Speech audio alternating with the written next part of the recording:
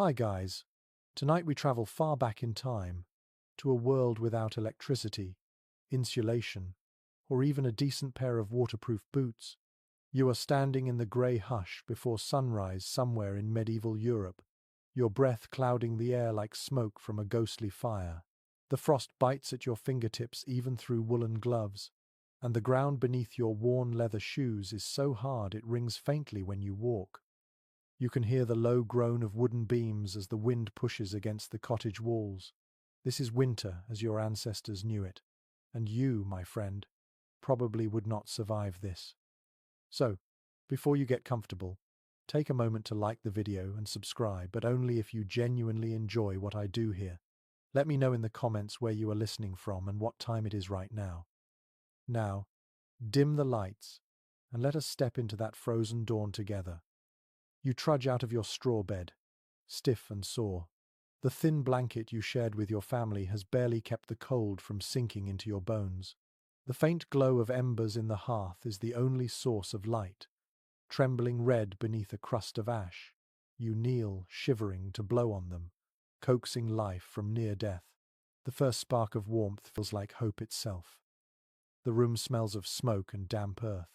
It's a one-room dwelling, walls made from wattle and daub, patched with clay that cracks when it freezes.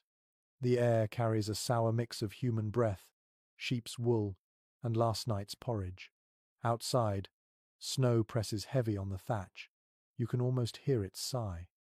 In the stillness, a rooster crows somewhere in the distance, though it's too cold even for him to strut proudly.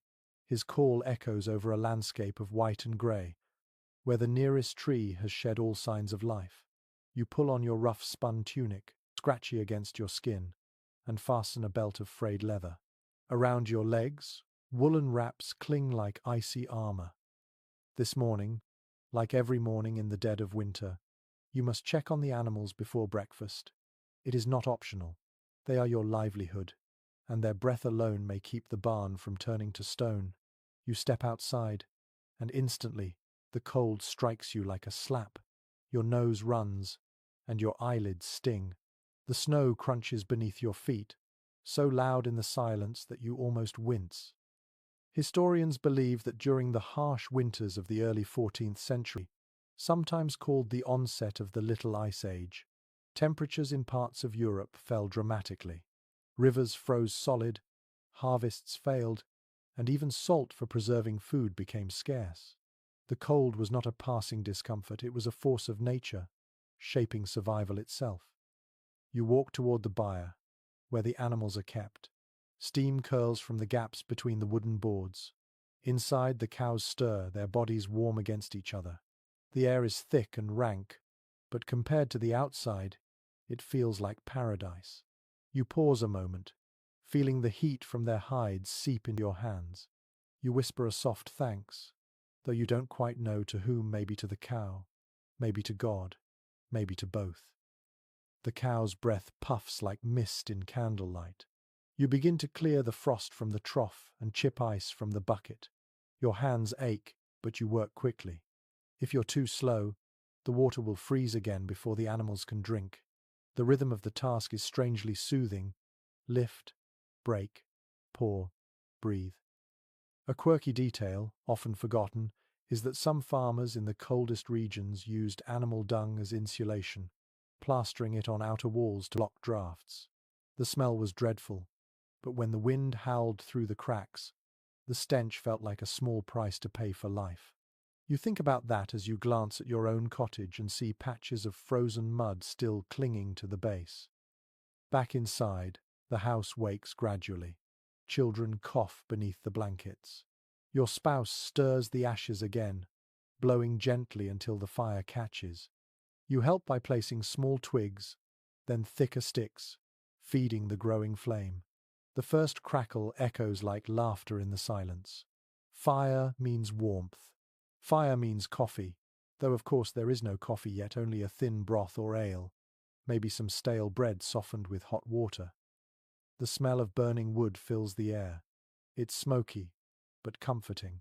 You huddle near it, palms extended, eyes half closed. This is the moment you live for every morning.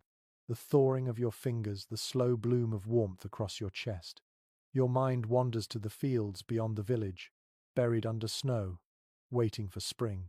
You know that when the thaw comes, there will be mud, sweat, and blisters, but right now, the frozen quiet feels almost holy. Historians still argue whether medieval winters were truly colder than today's, or whether people were simply less protected from them. Some say the records exaggerate, written by monks unused to labouring outdoors. Others point to ice cores and tree rings that tell of centuries when frost lingered deep into April. Whatever the truth, you can feel it now, biting at your toes through the packed earth floor. You hear the muffled thump of footsteps outside. It's your neighbour, trudging toward the well. You call out a greeting, though your voice barely rises over the wind. He grunts a reply and tips his hat. There's a quiet camaraderie in this frozen world. Everyone knows what everyone else endures. As the light strengthens, a pale sun pushes through the clouds. Its rays touch the snow, turning it to silver, but give off no warmth. You step outside again, squinting. Somewhere beyond the woods, a church bell tolls a low, resonant sound carried over the fields. It's time for morning prayers. You cross yourself out of habit, not piety, then turn back inside. For a moment you stand in the doorway and look at your small world. The hearth's glow, the steaming bucket, your family huddled close. This is survival, not heroic, not dramatic, just stubborn, everyday endurance. You breathe out, and the air crystallizes. You smile faintly. The day will be long, but the fire is burning, and that's enough for now. The first breath of the hearth fills the air, thin ribbons of smoke curling like sleepy ghosts against the thatch roof. You lean close, feeling the sting of the heat against your cheeks as the flames finally take hold. The logs pop softly, releasing a scent of resin and damp bark. The warmth creeps outward, slow and uncertain at first, like a hesitant guest, but soon the room begins to breathe again. Your hands, cracked and raw from the morning's chores, hover near the glow. The light shimmers over rough walls and the soot-darkened ceiling beams. In the dimness, it feels like the entire cottage is waking from its own cold dream. The hearth is not just a place for cooking or light. It is the heart of your home. Without it, the night is unbearable. Firewood is precious. Every stick comes from days of labor in the forest, cutting, splitting, and hauling. You remember how, before the first snows, the village gathered in small bands to collect enough wood to last until spring. Some carried it by sled, others by cart if they were lucky enough to own one. The work was heavy, but the fear of running out was heavier. You can still hear old Marjorie, the widow at the edge of the village, warning that a house without wood is a coffin waiting for its tenant. You reach for the iron poker, stirring the coals, watching sparks dance up the chimney. The chimney itself is a crude thing, not much more than an open hole with a bit of clay funneling the smoke. Sometimes it clogs with soot or damp straw. Sometimes it spits sparks back at you, and you spend the next few minutes stamping out small fires on the floor. Still, it works well enough to keep the room from choking on smoke.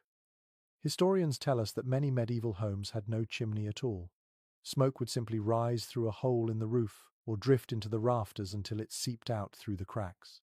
The soot blackened the walls, preserved the wood from insects, and dyed the inside of your lungs with every breath. There was a strange beauty in that your home literally marked by every fire you ever lit. You sit close to the flame, eyes watering, letting the heat soak through your clothes. Around you, life stirs. Your spouse kneels beside you, feeding small sticks into the blaze with a rhythm that feels almost musical. A child sneezes from the corner, nose pink and dripping. A cat stretches by the hearth, purring in a tone that vibrates like contentment itself. The smell of porridge begins to blend with the smoke. A clay pot sits near the coals, filled with oats and water from last night's well trip. You stir it slowly, feeling the sticky resistance. It's not a feast, but it will fill you, and that's all that matters in winter. You sprinkle a pinch of salt, a treasure in itself, and the taste sharpens, earthy and alive. A curious fact from old household accounts mentions that peasants sometimes mixed ashes into their porridge when salt ran out. It sounds dreadful, but the alkaline from wood ash could actually help replace minerals lost through poor diets. You imagine it crunching faintly between your teeth, and you're grateful your supply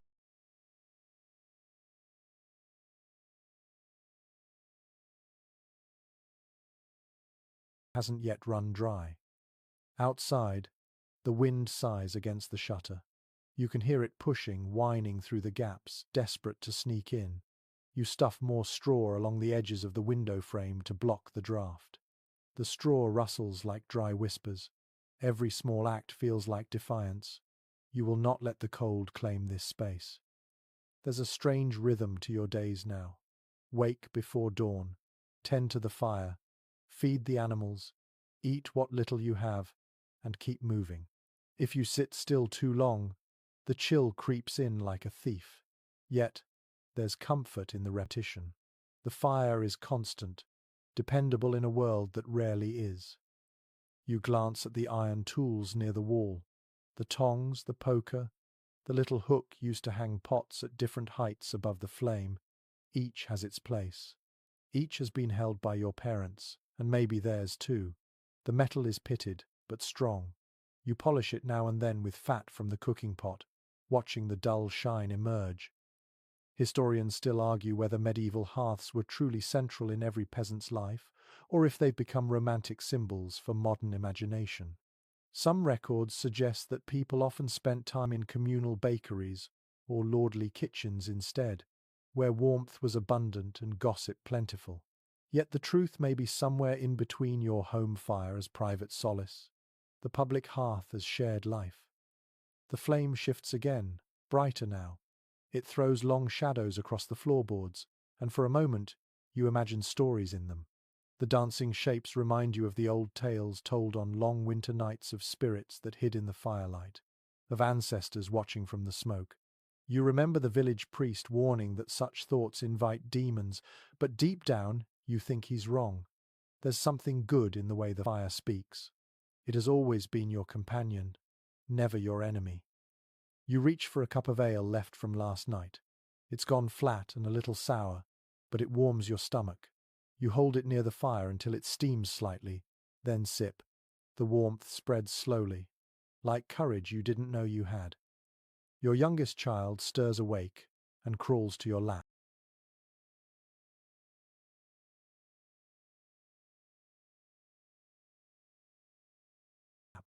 nestling close. You feel the soft weight against your chest. The heartbeat small but steady. You pull the blanket tighter around both of you. The fire hums. The wind groans outside. Life goes on. A log collapses inward with a shower of sparks. You lean forward to adjust it, feeling the dry heat sting your eyes again. Through the haze, you can see a faint shimmer where the air ripples above the coals. For just a moment, you think of summer, the smell of cut grass, the feel of sun on your face, but the vision fades, replaced by the present warmth that you've fought so hard to create. You whisper to yourself, half a prayer, half a promise. Keep the fire alive. That is all that matters now. The world outside can freeze, but in here, as long as this glow remains, you are still alive.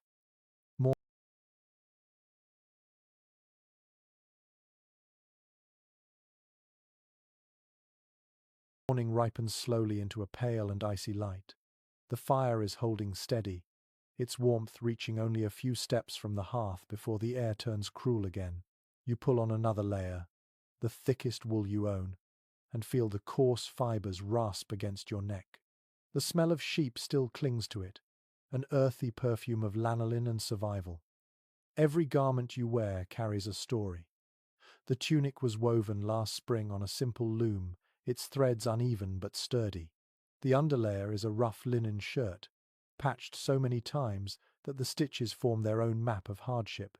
Around your shoulders rests a cloak lined with bits of fur rabbit, maybe fox stitched together by hands that knew necessity better than luxury. It is heavy, but that weight feels like safety. Clothing in these months is not about beauty. It is about staying alive. You recall how your mother used to say that a farmer's best armor is not a sword, but good wool. She was right. When the wind cuts through the valley, your clothes are the only thing standing between you and the frozen fields. Records from manorial inventories tell us that wool was the lifeblood of the medieval economy. It clothed peasants, lined merchant purses, and filled the treasuries of kings. For ordinary folk like you, it was both comfort and currency. A well-spun cloak could be traded for food, rent, or even safety during hard times. Wool was wealth you could wear. As you tighten the belt around your waist, you glance at your spouse spinning fibers near the fire. The spindle twirls with hypnotic rhythm, and the thin strand of yarn seems impossibly fragile. You know how much patience it takes to spin enough for a single tunic. The wool must be washed, carded, teased, and twisted, each step taking hours. The process is endless, yet strangely soothing. There is a curious custom from certain northern villages where newlywed couples were gifted a skein of unspun wool instead of money. It symbolized shared labor. If they could spin and weave it together before winter's end, they would never go cold. You smile faintly, wondering if love really can be measured in thread. Your boots are another story. The leather is cracked from frost, patched with scraps of hide. Inside, you stuff straw for insulation, changing it every few days before it molds. Some villagers grease their shoes with animal fat to repel water, though it leaves a smell that clings for days. You decide not to complain. The smell means warmth, and warmth is life. According to old guild records, furriers ranked among the most respected tradesmen of the Middle Ages. They worked with everything from squirrel and beaver to marten and bear, creating garments so prized that laws were passed to control who could wear what. The rich wrapped themselves in ermine and sable, the poor in whatever they could trap or trade. Yet even the humblest fur-trimmed cloak could mean the difference between comfort and frostbite. You pull your hood low as a gust slips through the cracks in the wall. The wind moans like a voice searching for entry. You shove a rag into the gap and turn back to the hearth. Your fingers tremble slightly from the chill. The fire hisses when you add a damp log. For a moment, smoke fills the air, making you cough. Then the flame catches, licking upward in renewed life. Outside, the sound of distant laughter reaches you. Two boys from the village are sliding across a frozen pond, their shouts sharp in the still air. You remember being that age, when cold meant adventure, not danger. The ice gleamed then too, smooth as glass, and the thrill of gliding over it made you forget your numb toes. You smile, then frown. You also remember the year Thomas fell through the ice. They pulled him out too late. You still avoid that pond in early winter. Academic opinion is divided on how well medieval villagers prepared for such hazards. Some accounts describe a surprising level of practical knowledge, testing ice thickness, building simple footbridges, using straw shoes to walk on snowdrifts, while others insist that most relied on instinct and superstition. You suppose both are true. Survival was part knowledge, part luck, and a little faith. You reach for a wool cap hanging from a peg. The inside is lined with scraps of linen. You pull it over your ears, adjusting it until the edges meet your cheeks. The warmth is instant, a gentle cocoon against the endless cold. It smells faintly of smoke and sheep, which somehow feels comforting. There is an old superstition whispered among shepherds. If your hat burns in the fire accidentally, you must replace it before sunset or risk losing your flock. It sounds absurd, yet you still wouldn't test it. The line between habit and belief blurs easily when winter lasts this long. Your spouse finishes spinning and winds the thread onto a small wooden reel. It gleams pale gold in the firelight. She hums softly, a tune older than words.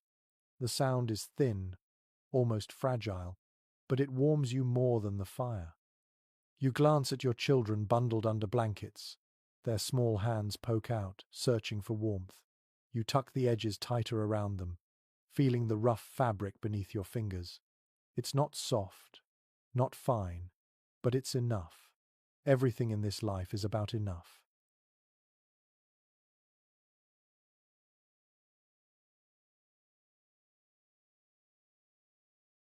You think of travelers who come through the village, pilgrims, soldiers, merchants wrapped in layers you can barely imagine. Some carry cloaks lined with foxtails, others wear hoods dyed bright with imported woad. To you, they look like creatures from another world, but even they, with all their wealth, shiver under the same winter sky. No matter how rich or poor, everyone kneels before the same fire in the end. Wool, fur, linen, straw, they are the great equalizers of the season. They whisper a single truth. Comfort is fleeting, but warmth shared is warmth multiplied. You lean closer to the fire and close your eyes for a moment, letting the sounds fade, the crackle of burning wood, the faint hum of spinning, the soft breaths of your family. You picture all the generations who did this same thing, wearing the same wool, praying for the same thaw, and you realize with a small shiver that survival is not a single act. It is a long, continuous thread, spun from patience, persistence, and a little bit of hope. The cottage walls stand like quiet sentinels against the wind. Their surface is rough, uneven, and patched with clumps of frozen clay. You reach out to touch one, feeling the chill seep into your palm. The wall feels alive, as if it breathes with the rhythm of the storm outside. You trace the lines where straw peeks through the daub, each piece a reminder of the hands that built it long ago. Your home is small, but it holds everything that matters. The thatched roof above you creaks under the weight of snow. From time to time, flakes drift through tiny gaps, settling on the floor like white dust. You sweep them aside with a bundle of twigs tied together. The scent of damp straw fills your nose, earthy and familiar. Records from medieval manorial rolls mention that most peasants lived in houses built from the land itself. Wattle walls woven from sticks, coated with mud and straw, set upon a base of stone. The floors were compacted earth, sometimes covered in rushes or reeds. The design was simple but clever.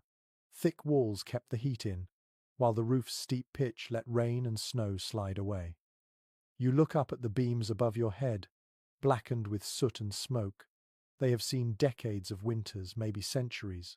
The wood smells faintly of tar and old fires. A bundle of dried herbs hangs from one beam, their scent faint but comforting. Your grandmother swore that rosemary kept away illness, though no one knows why. You keep it there anyway, just in case. A curious note found in a medieval household guide suggests that peasants sometimes smeared pig fat along the inside of their walls to make them more water resistant. You wonder if that could really work. The idea seems half absurd, half brilliant. You picture yourself standing on a stool, spreading lard with a wooden spoon while the children laugh. Perhaps warmth makes fools of everyone. The roof above groans again. You know it must be checked soon. If the snow builds too heavy, the beams might give way. You pull on your cloak and step outside, greeted immediately by a sting of cold air, so sharp it feels like knives against your skin. The light is dazzling. The sun glints off the snow, turning the world to silver. You blink and squint as you move around the cottage. From here, you can see the structure clearly. The thick stone base, the thatch bound tight with rope, the uneven chimney puffing a thin column of smoke. Despite its crooked lines and worn timbers, it stands proud against the endless white. It looks small but brave, like a creature huddled for warmth. Archaeological excavations of rural English villages show that homes like yours often had double layers of thatch for insulation. The outer layer could be stripped and replaced every few years, while the inner layer remained untouched for decades. Inside, the thatch trapped warm air and muffled sound. Even so, in deep winter, frost sometimes formed on the underside of the roof. You can imagine waking to find delicate ice crystals above your head, glittering in the faint dawn light. You shovel snow from around the base of the walls, your breath puffing in the air. The sound of the shovel scraping against frozen earth breaks the silence. A magpie calls somewhere in the distance. The village beyond your field is quiet. Even the dogs are sleeping. You pause for a moment and let the stillness wrap around you. When you step back inside, the change feels immediate. The air is heavy with warmth and smoke again. Your hands burn slightly as they thaw. You rub them together, grateful for the walls that hold this fragile heat. Every crack, every patch of mud, every timber beam has its purpose. According to some preserved estate accounts, landlords occasionally ordered peasants to rebuild their homes every generation or two, believing that constant repair prevented fire and rot. Others allowed families to patch and mend indefinitely, creating houses that evolved over centuries. Scholars remain uncertain how much of this was practicality and how much was control. But whatever the reason, you can feel the truth in your bones. A home is never finished, only maintained. You glance toward the small window set in the wall. It is made from stretched animal bladder rather than glass, translucent but not clear. Light seeps through like diluted honey. You can see the shadow of a tree outside, its bare branches trembling in the wind. The window hums faintly as the gusts push against it.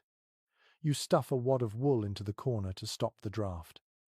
A peculiar practice mentioned in monastic letters describes how some villagers would line their walls with tapestries or woven mats to trap heat. The rich might hang embroidered cloths depicting saints or hunts, while the poor used old sacks or animal hides. You think of that idea and glance at the old cloak hanging by the door. Maybe tomorrow you'll nail it up behind your bed. It might make a difference. As evening creeps closer, shadows climb the walls. The light of the hearth flickers across the surfaces, turning every crack into a landscape. The smoke drifts upward, caught in the rafters before sneaking out through the chimney hole. You sit close to the wall and listen to the faint whistling of the wind outside. It feels as if the entire building sighs along with you. You reach for a mug of ale, the warmth spreading through your fingers. The walls hold the sound of every breath, every whisper. They are more than shelter. They are memory. Generations have lived within them, laughed, mourned, and waited out the cold. Some chroniclers of the time describe the homes of common folk as miserable huts unfit for humans.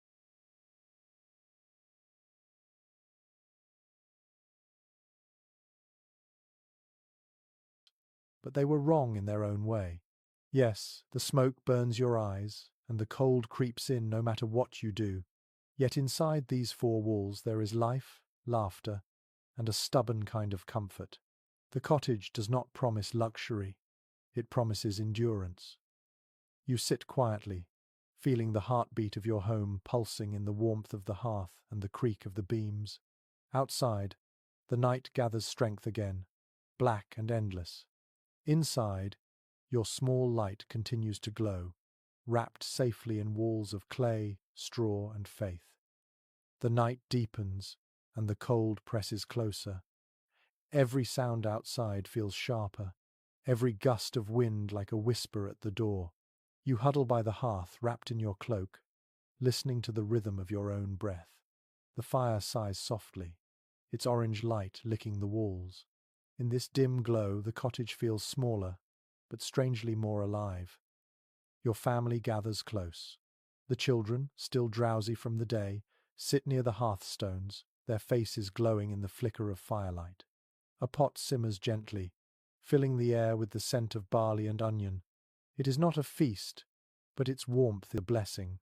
You pass wooden bowls around, and everyone eats in silence, content to have something hot in their stomachs. After the meal, you look toward the animals' corner of the cottage. Yes, they are inside too. The old cow lies quietly, her breath forming faint clouds in the air. The chickens roost along a beam, their feathers puffed and still. A pair of pigs grunt softly in their straw pen, half dreaming. It might seem strange to a modern visitor, but here the animals share your roof, your air, your heat. Contemporary manorial records and church documents confirm that in much of medieval Europe, peasants and livestock lived under the same roof during the coldest months. The animal's body heat could raise the temperature of a room by several degrees. It was practical, if not pleasant. The smell was thick, but so was survival. You can feel the warmth radiating from the cow's body even across the room. The floor beneath her is covered in straw, which soaks up both heat and filth. Every few days, you add a new layer on top, creating what some villagers call a living floor. It smells earthy and sweet, like hay and life itself. A peculiar habit from Scandinavian villages involved letting sheep sleep at the foot of the family bed. The lanolin in their wool released a faint, oily warmth, and the animals were gentle enough not to disturb the sleepers. You imagine that arrangement and chuckle quietly. Perhaps necessity breeds the oddest forms of comfort. The air is close now, heavy with breath and steam. You open the door a crack to let the smoke drift out. The wind rushes in, biting your face. For a second, you see your own reflection in the night sky. A flicker of movement, a silhouette framed by snow. You close the door again, sealing the warmth inside. According to parish tax rolls from the 13th century, families were often fined for allowing animals to wander outside at night, not because it was cruel, but because predators roamed freely. Wolves were real, not fairy tales. Their howls echoed across fields and through forests. The stories told by firelight of beasts at the door, of spirits in the shape of dogs, came from memory, not imagination. You settle back beside the fire, glancing at your sleeping children. Their heads rest close together, and you smile faintly at the sight. The floor creaks as the cow shifts her weight. The rhythm of breathing fills the room. Human, animal, and flame, all in harmony. There is a faint sweetness in this closeness. You can hear the pig snoring softly, a deep rumble that somehow feels reassuring. The chickens stir, feathers rustling, then settle again. The room hums with the sound of shared life. You think of it as a single heartbeat, keeping time through the night. Some surviving letters from medieval monks speak of this mingling of man and beast as both practical and symbolic. The monastery walls were cold stone, yet even the brothers kept cats for warmth and companionship. The same logic holds here. Heat is precious, and no source of it is refused. No consensus exists among modern historians about how widespread this custom truly was.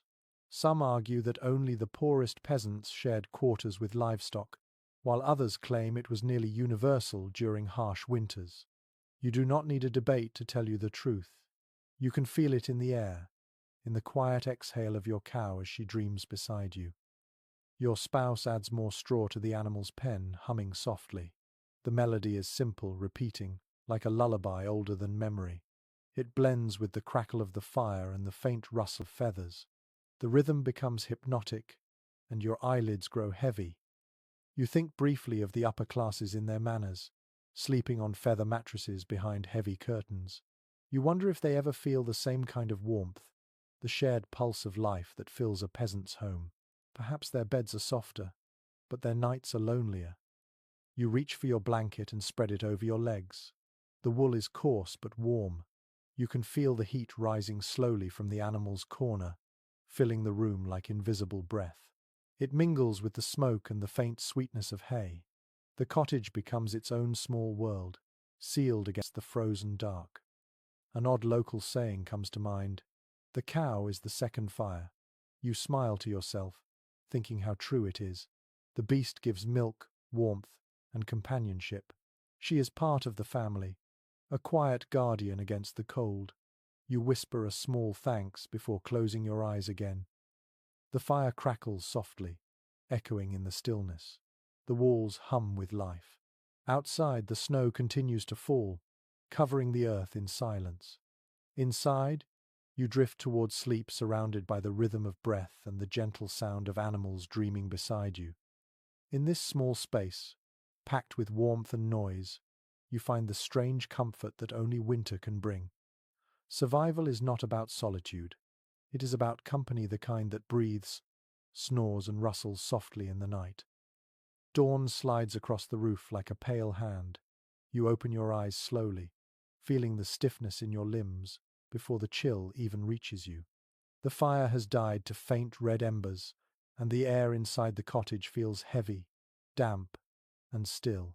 You sit up, pulling the blanket close, and see your breath drift into the grey light. The animals are quiet. The cow blinks sleepily. Somewhere behind her, a chicken lets out a small indignant cluck. Your stomach grumbles before you even stand. Hunger, that constant companion, is a sharper reminder of winter than the cold itself. You make your way toward the pot by the hearth, lifting the wooden lid. The porridge left from last night has stiffened, a pale lump that smells faintly sour. You scrape it into a bowl, add a splash of water, and set it near the embers to soften again. It is not delicious, but it will keep you standing. Diet in winter is an exercise in endurance. Records from medieval household accounts show that many families relied on a rotation of preserved grains, salted meats, dried beans, and turnips buried in cellars. The bounty of summer feels like a dream now, replaced by the slow scraping of barrels and the careful rationing of every crumb. You pull out a small loaf of bread, dark and dense, baked days ago in the communal oven. It is hard enough to knock against the table with a dull thud. You smile wryly and dip it in the warm porridge, letting the steam soften it. The first bite is bland but comforting. The second feels like strength. According to estate documents from northern France, poorer peasants sometimes baked bread mixed with ground acorns or pea flour when grain ran low. The result was bitter, but it kept hunger at bay. You remember the taste from a few years back, when the harvest failed and even barley was scarce. It stuck to your teeth and left your tongue numb, but it filled your belly, and that was all that mattered. The children wake slowly, drawn by the smell of food. Their hair is wild, and their cheeks are pink from the cold. You serve them each a bowl, making sure they get the better pieces. You and your spouse eat last, as always. Family comes first, even in hunger, especially in hunger. A peculiar entry from a monastery ledger mentions that monks sometimes seasoned porridge with a few drops of honey or beer for extra warmth. You tried that once, mixing a bit of ale into the pot. The result was thick, foamy, and strangely pleasant. You think of doing it again tonight, if there is any ale left. The talk around the table is quiet. Words feel like effort. You can hear the faint creak of the walls, the soft rumble of the cow, the whistle of the wind finding its way through the cracks. Every sound reminds you that the cold is patient. It waits for mistakes. Your spouse rises first, wrapping a scarf around their shoulders. They go to check the root cellar beneath the floorboards, lifting the wooden hatch with a grunt. A wave of cold air rushes out, sharp and earthy. You peer down into the dark and see the outlines of turnips, carrots, and a few onions. Some have begun to shrivel,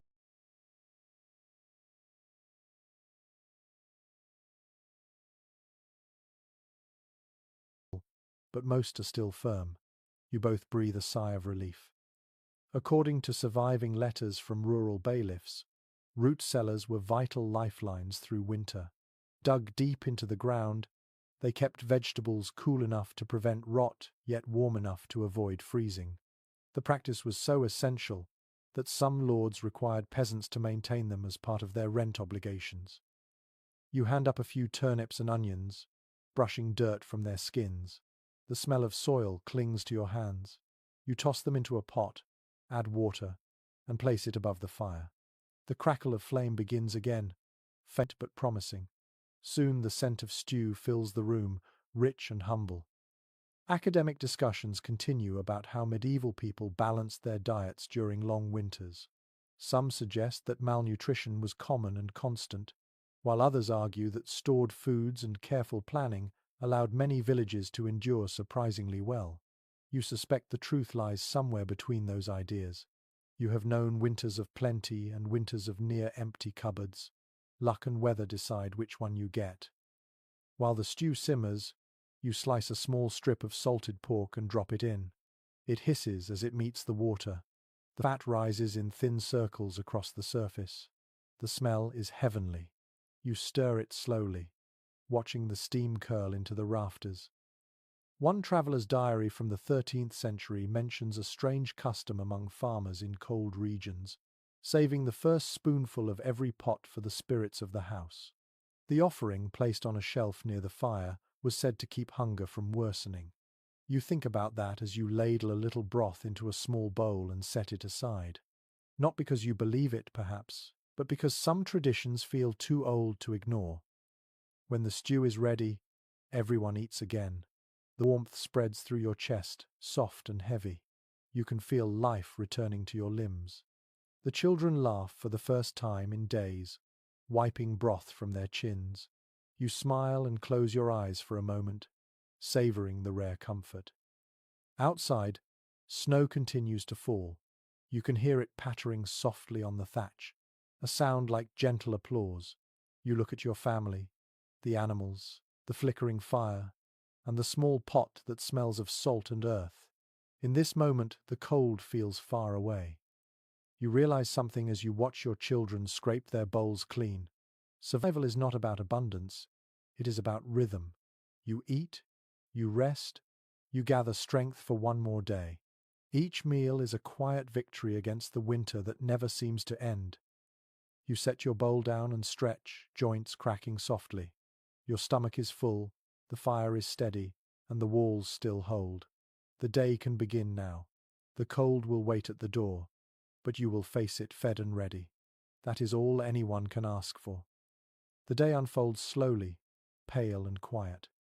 Smoke drifts upward from every cottage in the village, curling like thin ribbons against the winter sky. You step outside for a moment, wrapped in your cloak, and see your breath mingle with the rising haze. The world smells faintly of wood smoke, manure, and something sweeter that lingers at the edge of the wind. Someone, somewhere, has begun brewing. You can feel the pull of it even from here, the promise of warmth that is not just from fire but from a mug, steaming and fragrant, held between your hands. Back inside, you sit by the hearth again, listening to the rhythmic pop of the flames. Beside you rests a small wooden cask, half filled with ale. The liquid glows amber in the light, its surface trembling with each movement of the fire. According to surviving tavern accounts and household inventories, ale was not a luxury in medieval life, but a daily necessity. Water was often unsafe to drink, especially in winter when wells froze or became stagnant. Ale provided both hydration and calories, a mild nourishment for body and spirit. Even children drank it, though theirs was weaker and sweeter. You lift your mug and take a sip. The taste is earthy and full, with a hint of grain and smoke. It slides down your throat like a small miracle. The warmth spreads slowly, a quiet bloom that softens your shoulders and loosens your breath. You close your eyes for a moment and let the sensation sink in. A curious entry in an old brewer's ledger mentions that some villagers added roasted apples or honey to their ale during winter. The sweetness was said to chase away melancholy. You think about trying it, imagining the aroma filling the cottage. Maybe tonight, when the work is done. Your spouse busies themselves beside you, checking a small jug of mead kept near the hearth. The liquid inside gleams golden and thick. Mead is rarer than ale, too costly to make often, since honey is precious. Yet every now and then, someone in the village trades a bit of wax or cloth for a taste. On feast days, the mead flows, and even the coldest souls forget their worries for a while. Accounts from medieval festivals describe the role of drink in community life. Alehouses were not simply places to get drunk. They were gathering halls, news centres, and sanctuaries from the weather. A warm mug in hand, surrounded by laughter and song, could make even a starving winter feel survivable. You remember last year's Feast of Candlemas. The Lord allowed free ale for the day, and the entire village crowded into the manor's courtyard. People danced in boots caked with snow. The music was rough but lively, and for a few hours, everyone forgot how bitter the wind felt. You think of that now and smile faintly, the memory glowing like a coal. Some historians continue to discuss how heavy drinking truly was among peasants. Certain records warn of moral decay, of farmers too fond of the brewer's barrel. Others point out that ale was weak and plentiful, more a food than a vice. You shrug at the thought. A little warmth in a mug harms no one when frost grips the world. The fire crackles, sending sparks upward. You add another log and watch the light deepen. The children are playing quietly in the corner, their laughter echoing softly. You pour them each a cup of warm water mixed with a little ale, just enough to warm their bellies. They grin at the indulgence. A story once told by traveling monks describes a peasant who survived an entire winter drinking nothing but weak ale and eating dried peas. It sounds exaggerated, yet you believe there might be truth in it. Ale holds more strength than it seems. You remember feeling revived after a few sips during last year's hardest frost, when your hands were too stiff to move. The air inside the cottage has changed. The scent of molten yeast has replaced the smoke for a moment. It feels alive, soft, and rich. You stir the small pot near the fire where you have been warming a mix of herbs in ale, an old remedy against coughs. The smell of rosemary and sage fills the air. Scholars often note how intertwined medicine and drink were in the Middle Ages. Ales infused with herbs or honey acted as both tonic and comfort. You do not think of it as science, only as habit. When you drink it, your chest feels looser, and the night seems kinder. That is reason enough. Outside, the snow thickens again. You can hear it tapping softly on the shutters. The world shrinks to the size of your cottage. Within this small space, the warmth of the fire and the ale hold everything together. The children are whispering stories. Your spouse hums under their breath, and you sip slowly, savoring every swallow. You know that by nightfall the ale will be gone. Tomorrow you may have to walk to the brewer's house and trade a bit of grain or wool for another jug. It will be worth the journey. In this life, warmth is bought not with gold, but with effort and a good word. You tip the mug back, draining the last of the amber liquid. The heat spreads through you one final time.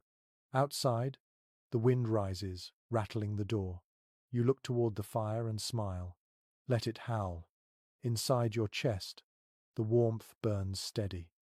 The night will come soon, long and silent, but you will face it with the taste of grain and honey still on your tongue. In this cold world, even a single cup can feel like a promise that life will carry on. The day drifts towards twilight, that soft hour when the world seems made of smoke and silence. Outside, snowflakes fall so slowly they look like feathers. The cold settles again, creeping through cracks in the wall, curling under the door. You stir the fire to life once more, watching the orange glow chase the shadows back into corners. The light dances across your hands and face, gentle but fleeting. You sit down and listen to the quiet. The sounds of the village fade at night, leaving only the faint rustle of wind and the creak of old beams. This is when thoughts turn inward, when faith, fear, and imagination mingle like smoke in the rafters. Records from parish chronicles reveal that winter pushed even the most practical souls toward prayer. Frost could turn to famine in a matter of weeks, and with it came disease and despair. Churches filled with villagers seeking comfort, their breath steaming in the cold air as they knelt on icy floors. Faith was not luxury. It was the only fire left when every candle burned low. You pull your cloak tighter around your shoulders and trace the small wooden cross hanging by the hearth. It has been there since your parents' time. The edges are worn smooth by hands and years of hope. You touch it lightly and whisper a short prayer, not grand or formal, just words of gratitude that the roof still stands and your family still breathes. Yet not all prayers belong to the church. Outside the walls of Scripture lived 1,000 older beliefs. In the hush of midwinter, when nights stretched endlessly, people remembered older names and older powers. You recall your grandmother tossing a handful of salt into the fire to keep away frost spirits. She said the sparks that flew were their angry eyes. A curious detail preserved in a monk's marginal notes describes how villagers in remote parts of Germany once carved crosses into the frost on windows, believing it kept demons from entering the house. Others hung garlands of evergreen branches to remind the spirits of spring's return. You smile faintly, thinking how faith and superstition often sit together like siblings at the same table. You step outside for a moment. The snow crunches beneath your feet, and your breath blooms white against the night. The church bell tolls once, a low sound carried by the wind. Its echo rolls across the fields, reminding every living soul that they are part of something larger. You cross yourself and look up at the stars, cold and endless above you. Somewhere behind them, you imagine warmth and mercy waiting, According to letters from wandering friars, coldest winters often brought new waves of devotion. People walked miles through blizzards to attend midnight mass, candles flickering in the wind like small suns. The sermons spoke of endurance, of divine testing. Sometimes the priests themselves were so frozen they could barely raise the chalice. Yet they did, and the people sang through chattering teeth. Scholars remain uncertain how much of that piety was born from faith and how much from fear. You suspect it hardly matters. Whether one prayed to God, to saints, or to the spirit of the hearth, the act itself brought warmth to the heart. Back inside, the fire pops, scattering tiny embers onto the floor. You sweep them back gently with a worn broom. The cross on the wall glows faintly in the flicker, a shadow and a symbol both. Your spouse murmurs a blessing under their breath as they stir the evening meal. The rhythm of the words is familiar, older than memory. You remember the village priest's visits during winter. His boots would leave puddles on your floor, and his breath would steam as he spoke of charity, patience, and faith. He always carried a small flask of spiced wine, which he shared liberally with those he visited. His laughter was loud, his sermons kind. You never feared him, though some did. A peculiar story still whispered among villagers tells of a saint who once warmed a frozen traveller by breathing on him. Some claim it was Saint Martin, others say it was a nameless monk who wandered the countryside healing frostbitten hands. The details change, but the meaning remains. Warmth given freely is the closest thing to holiness. The children are half asleep now, curled under their blankets. The cow shifts in her corner, hooves thudding softly against the floor. You move closer to the fire, letting its glow bathe your face. You close your eyes for a moment and listen to the breathing around you. Somewhere in that rhythm, you find your prayer again. It has no words this time. It is only a feeling, deep and steady, that life endures. The wind outside may scream, but inside there is still light. According to fragments of medieval hymns, people once believed that each flame carried a guardian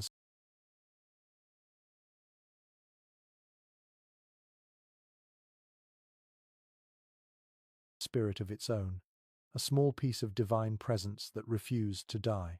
You think of that now, watching the fire sway and hum. Maybe it is true. Maybe faith is simply the act of keeping the flame alive. The night deepens. You feed the fire one last time and lie down, the cross still glimmering faintly above you. In your half-sleep, the wind sounds almost like a choir far away, singing into the endless dark. You smile before drifting off, your last thought a quiet promise to rise again with the light. The fire has burned low again, but the room is not completely dark. A faint grey light seeps through the stretched skin of the window. You wake to the sound of gentle movement, the shuffle of feet, and the low hum of voices. Your spouse is already up, spinning wool in the corner, the spindle twisting and dipping like a pendulum. The children are helping sort dried beans, their fingers clicking softly against the wooden bowl. Winter mornings are slow, but never idle. The fields may sleep under snow, yet the hands of farmers never stop. Every tool, every garment, every piece of rope must be repaired before spring comes. You stretch, feeling the ache in your back, and rise to join the rhythm of work. Evidence from manorial estate records shows that winter labor was mostly indoor craft work. Spinning, weaving, basket making, mending tools, carving handles, each small task filled the endless dark hours. It was survival through patience rather than strength. You feel that truth in your bones as you sit down with your knife and a length of wood. You begin shaping a spoon, the shavings curling from the blade like ribbons. The smell of fresh wood mixes with the smoke of the fire, sharp and pleasant. Each scrape has a rhythm, a music of its own. The children glance over sometimes, curious, but return quickly to their sorting. Everyone has a role in keeping the household alive. A curious note from a traveller's journal written centuries ago describes the sight of entire families gathered around one hearth, each person working silently, the only sounds being the hiss of fire and the whisper of tools. The traveller called it a dance of survival without music. You think that is the most accurate description you have ever heard. Your spouse hums while spinning, the tune slow and lilting. The spindle hums with it, the fibers stretching into a thin thread that gleams in the light. The wool between their fingers looks like fog captured in motion. You have seen that same motion for years, yet it still feels like magic. From fleece to thread, from thread to warmth, every movement creates something that pushes back against the cold. According to guild records from Flanders and England, even rural homes produce small amounts of cloth for trade. Villagers sold coarse wool to merchants or bartered it for salt and oil.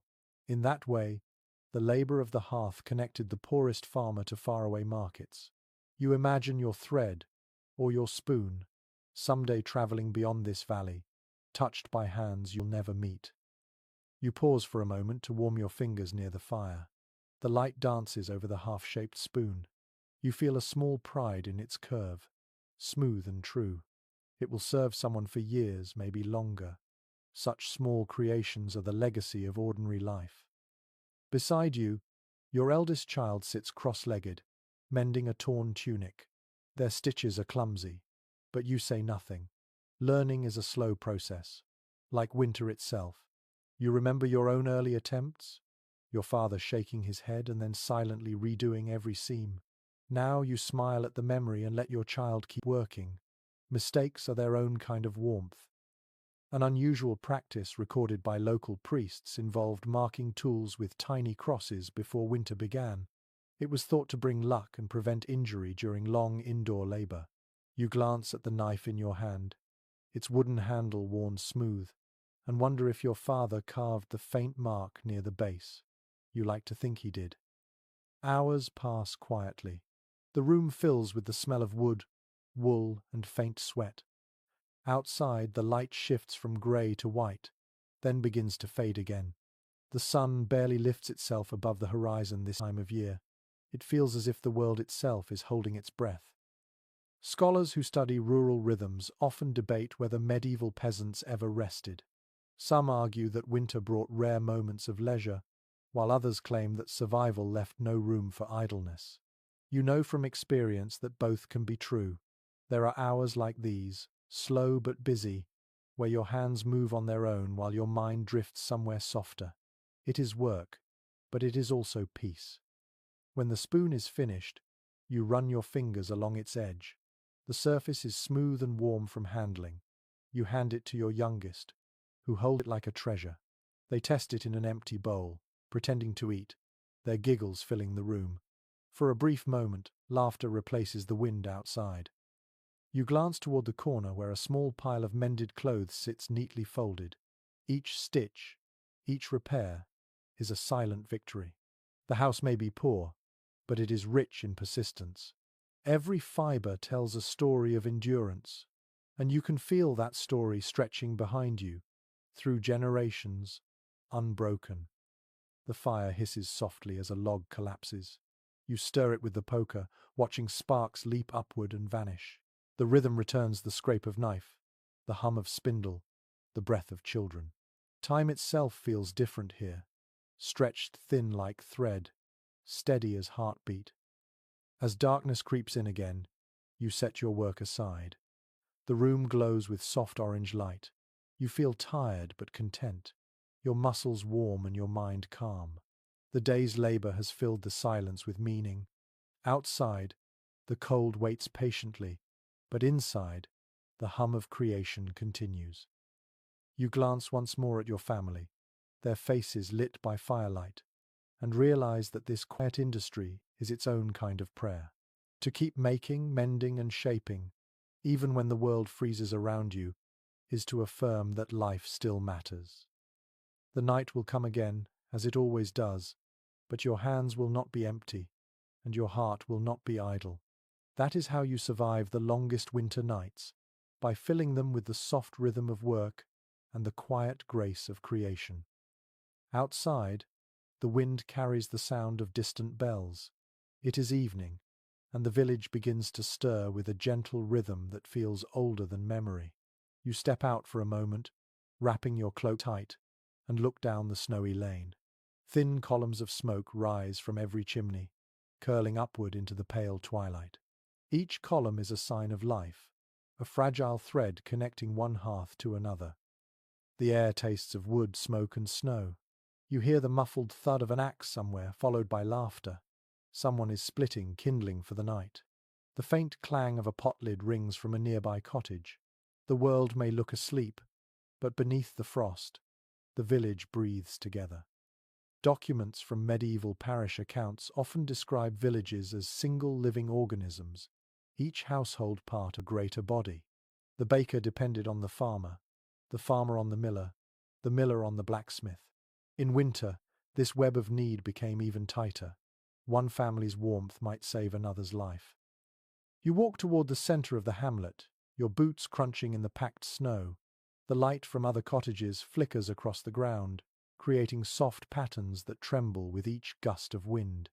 You see your neighbor, old Thomas, hauling a bundle of sticks toward his door. His breath clouds the air like smoke from a second chimney. You nod, and he raises a hand in greeting, too tired to speak. A curious record from an English court roll describes how neighbors were legally required to help each other maintain hearth fires during extreme cold. If one house's fire died, the nearest family was obliged to share a burning stick. It was both charity and duty. The phrase, "to lend fire," still lingers in some villages today. You think of that as you pass a cottage and glimpse a woman kneeling by her hearth, coaxing a faint flame back to life. Inside your own home, the air feels warm and thick again. Your spouse is kneeling by the fire, stirring a pot of soup. The children are nearby, trading quiet jokes as they mend a torn basket. The smell of onions fills the room, rich and heavy. You sit down and listen to the familiar music of small tasks, the scrape of a spoon, the rustle of straw, the occasional soft cough.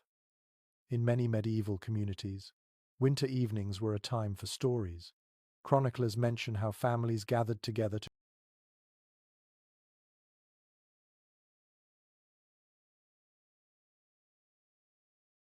share tales of saints, lost travelers, or mysterious lights in the snow. The spoken word was as vital as bread, feeding imagination when the body could find little else. You clear your throat and begin a story your father used to tell, your voice low and calm. It is a tale about a traveler who followed a lantern through a snowstorm, only to find it was carried by an angel disguised as a beggar. The children listen wide-eyed, the firelight catching in their eyes. The cow in the corner snorts softly, as if adding her own comment. You cannot help but smile. A peculiar medieval superstition claimed that telling stories near the hearth pleased the household spirits, who would bless the home with warmth and health. Some villagers even set aside a stool for an unseen guest, a place for the spirit to sit and listen.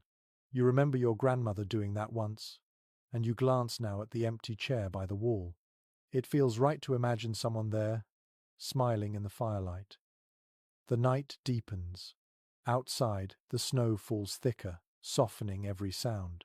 The wind rattles the shutters, but the village endures. Through the walls, you can hear faint echoes of laughter and the occasional bark of a dog. Somewhere, a baby cries, and a woman's voice hums a lullaby in reply. Scholars studying medieval rural life note that communal strength was the heart of survival. Shared labor, shared meals, and shared warmth were not merely acts of kindness, but necessities of existence. A single, isolated household could not last a harsh winter alone. You think about this often, especially when you remember the stories of travelers who froze in the fields, too far from any friendly door. Your spouse ladles soup into wooden bowls. You thank them quietly before taking a spoonful. The broth is thin but hot. Each sip feels like sunlight caught in a cup. You look around the room at your family, at the flickering light on the walls, and you feel an almost sacred contentment. Outside, the church bell rings again, marking the late hour. Its sound is deep and slow, rolling over the rooftops and fading into the snow. You imagine every family hearing it, pausing in their own small rituals of survival. For a moment, the whole village moves in unison. each person breathing the same cold air, listening to the same ancient tone. Some researchers suggest that such rhythms of shared sound and sight created a sense of unity stronger than any written law. You think of it now as you lean back, watching the fire's glow flicker across your family's faces. In this moment, you belong to something vast and invisible, something older than any king or church. The wind eases a little. You stand and open the door to look outside once more. The snow has stopped falling, and the world glows under a faint moon. The village lies still, the roofs silvered, the chimneys whispering faint trails of smoke. You can almost feel the collective heartbeat beneath it all, slow and steady, like the breath of a sleeping creature. You close the door softly and return to the warmth. The fire hums, the soup smells sweet, and the laughter of your children drifts into the quiet. For a fleeting instant, the harshness of winter feels far away, replaced by the soft rhythm of a village breathing together through the cold. You know that tomorrow will bring frost and chores and aching muscles, but tonight you rest in the glow of shared endurance. This is not just survival, it is communion. The morning begins before the light. You wake to the sound of hooves shifting and straw rustling. The smell of warm animal breath mingles with the smoke from the dying embers, a heavy scent that clings to your clothes and hair. You stretch beneath your rough blanket, your bones stiff but ready. The cow lows softly, a gentle reminder that the day will not wait. You rise and pull on your boots. The air is sharp enough to sting your throat. The first task of every morning is the same. Check the byre, the small stable that shelters the lifeblood of the household. You push aside the wooden door and step into the dim, steaming dark. Warm air wraps around you instantly, thick with the scent of manure, hay, and breath. It is unpleasant, yet deeply reassuring. According to surviving farm accounts from the 13th century, animals were the true engines of rural life. They provided milk, strength, warmth, and, in the end, food. A family without livestock was a family on the edge of despair. You run a hand down the cow's flank, feeling her hide radiate heat like a living furnace. Her breath fogs the air, rhythmic and slow. The straw beneath your feet is damp, but soft. You grab a pitchfork and begin to turn it, lifting the old bedding and mixing it with clean hay. Each movement fills the byre with a faint rustle and a sweet, earthy smell. The work warms you quickly. Your breath joins the cow's in the heavy air, and together you create your own little climate of survival. An old man once told you that cows dream standing up, their minds filled with green pastures even in the heart of winter. You smile at the thought as you hear her chew, the steady rhythm of her jaw like a lullaby from the world before frost. Historical evidence shows that medieval farmers knew their animals intimately. They named them, talked to them, and often wept when one died. To outsiders, it might seem sentimental, but to you it makes perfect sense. Each creature carries a piece of your own endurance. You move next to the pigs, snuffling under their straw. They grunt happily as you pour scraps from a bucket into their trough. The sound of them eating fills the byre, wet and noisy, but strangely joyful. Pigs are stubborn survivors. They grow fat even in hunger, finding food in places you would never think to look. A curious observation recorded by a traveling physician in the 14th century noted that peasants often slept better when animals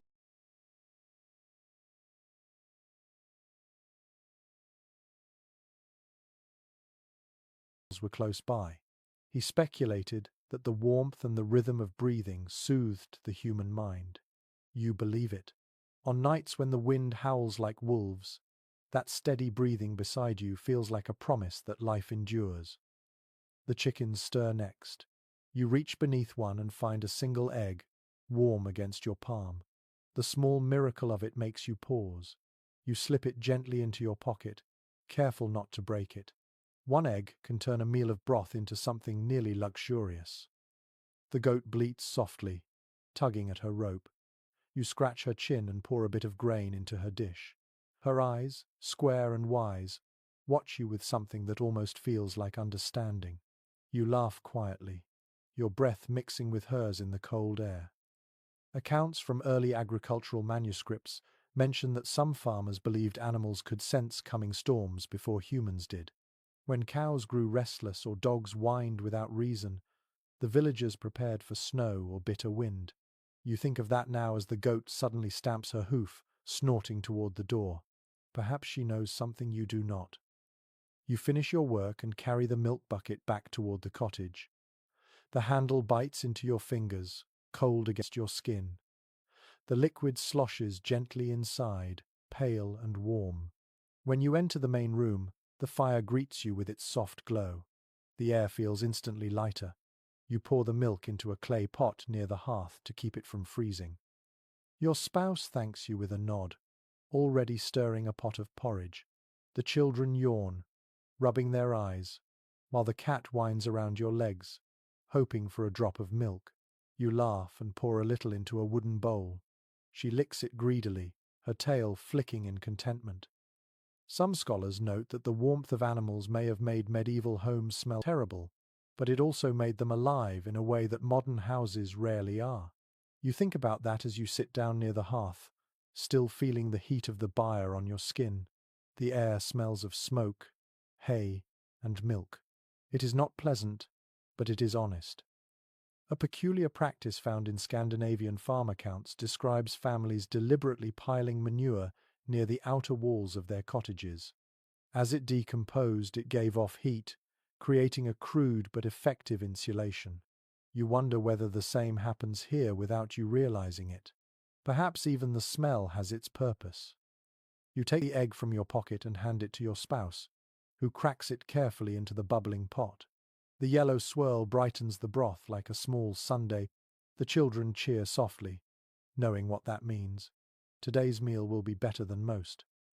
Outside, the light grows stronger, reflecting off the snow so brightly that it hurts your eyes. You glance through the window and see your neighbor leading his oxen toward the frozen stream. They need water, as all living things do, even in a world made of ice. Academic discussions of medieval husbandry often emphasize how deeply intertwined human and animal lives were. The survival of one ensured the survival of the other. You feel that truth every morning when you hear your cow's first breath, when the pigs grunt in greeting, when the chickens murmur softly before dawn. Their warmth becomes your warmth, their life a mirror of your own. You finish your meal in silence, listening to the faint noises from the byre, the shuffle of hooves, the quiet sigh of a resting beast.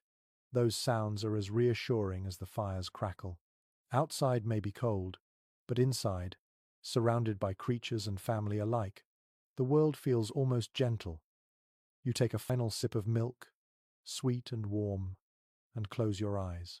The day ahead will be long, filled with chores and snow, but for now, you sit in the calm heartbeat of your small home, where man and animal share the same fragile miracle of warmth. The afternoon light fades faster each day, as if the sun itself grows tired of fighting the frost. You glance toward the window, where the snow outside glows faintly pink. The fire hums in its usual rhythm, steady but never enough to chase the chill entirely from the room. You reach for your gloves, their wool stiff with wear, and begin to prepare for another small battle against the cold. Life in winter is a constant invention. You find ways to keep the heat where it belongs, to trick the body into believing it is warm. Every peasant you know has their own secret, their own trick passed down like an heirloom. Historical notes from manorial household lists mention that people often used hot stones wrapped in cloth to warm their beds before sleeping. You remember your grandmother doing that when you were a child. She would heat the stone near the hearth, then tuck it into the straw mattress before you climbed in. The warmth would last only an hour, but that hour felt like heaven. Tonight, you decide to do the same. You place a flat river stone by the fire, turning it slowly with a stick until it glows with trapped heat. The smell of scorched wood fills the air, sharp and dry. When it is ready, you wrap it in an old scrap of linen and place it under the blanket to wait for night. Nearby, your spouse sits sewing by candlelight, their needle flashing in and out of the fabric. The rhythm is calm, hypnotic. The children are kneeling by the hearth, toasting small pieces of bread on long sticks. Their laughter mingles with the crackle of the fire. For a moment, the world feels kind. According to surviving merchant records, small clay bed warmers filled with coals were a common luxury in wealthier homes. Peasants made do with simpler means. Some placed heated bricks or bottles filled with warm ale at their feet. A few even used live animals like cats or small dogs to share body heat through the night. You glance at the family cat now, curled into a tight ball by the fire, clearly fulfilling her role. A curious reference in an old traveller's letter tells of farmers in the Alps stuffing their boots with dried moss to keep their toes from freezing. Others lined their beds with layers of straw mixed with goose feathers, creating a primitive insulation. You have tried the straw trick yourself, and though it scratches, it does keep the cold from reaching your bones.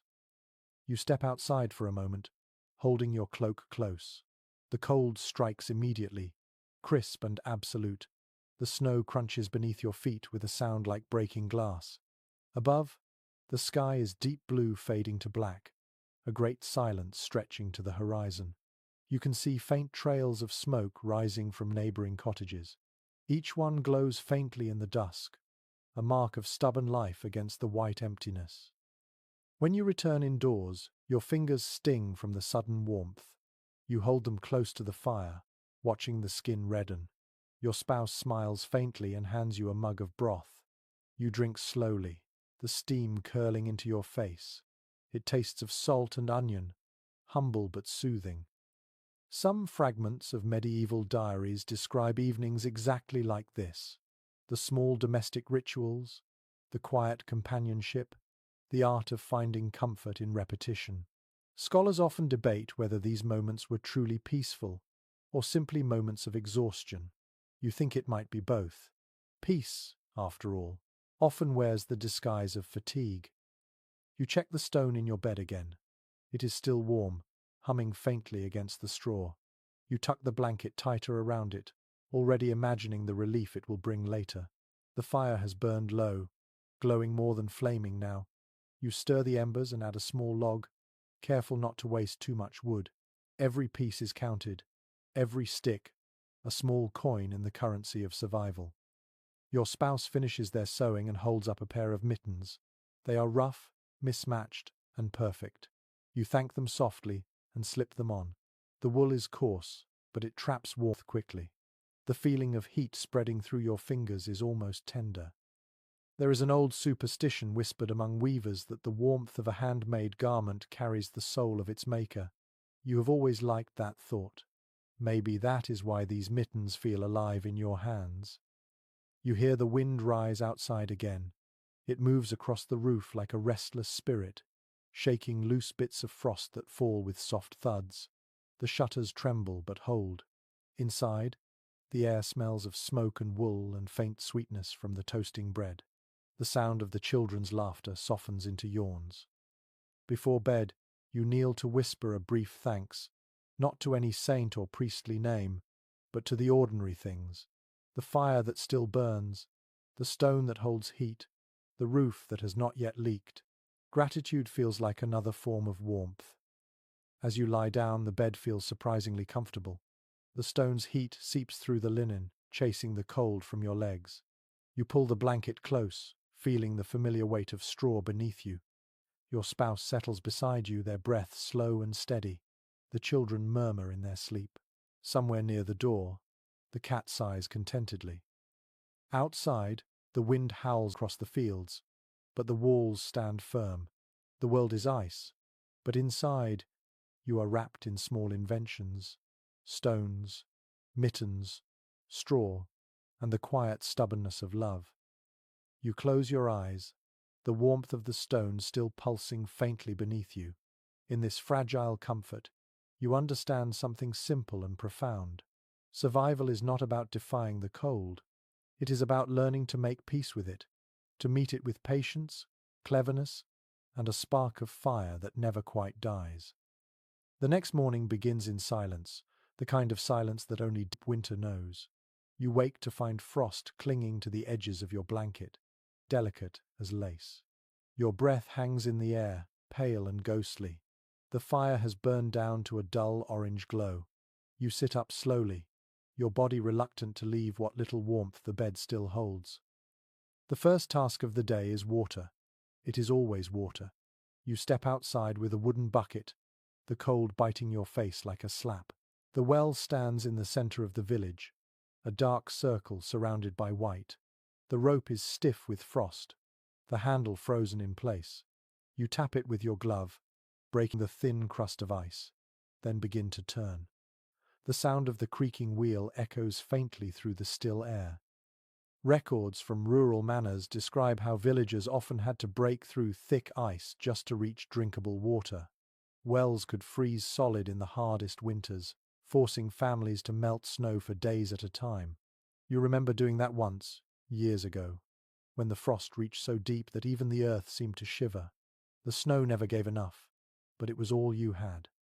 You draw the bucket up carefully, the rope groaning.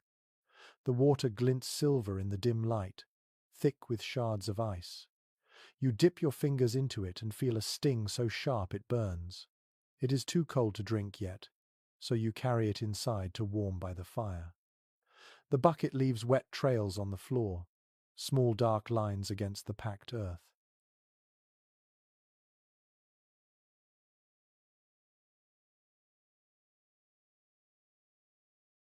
A peculiar entry in a medieval traveller's diary mentions that some villagers stored their water in barrels buried beneath layers of straw.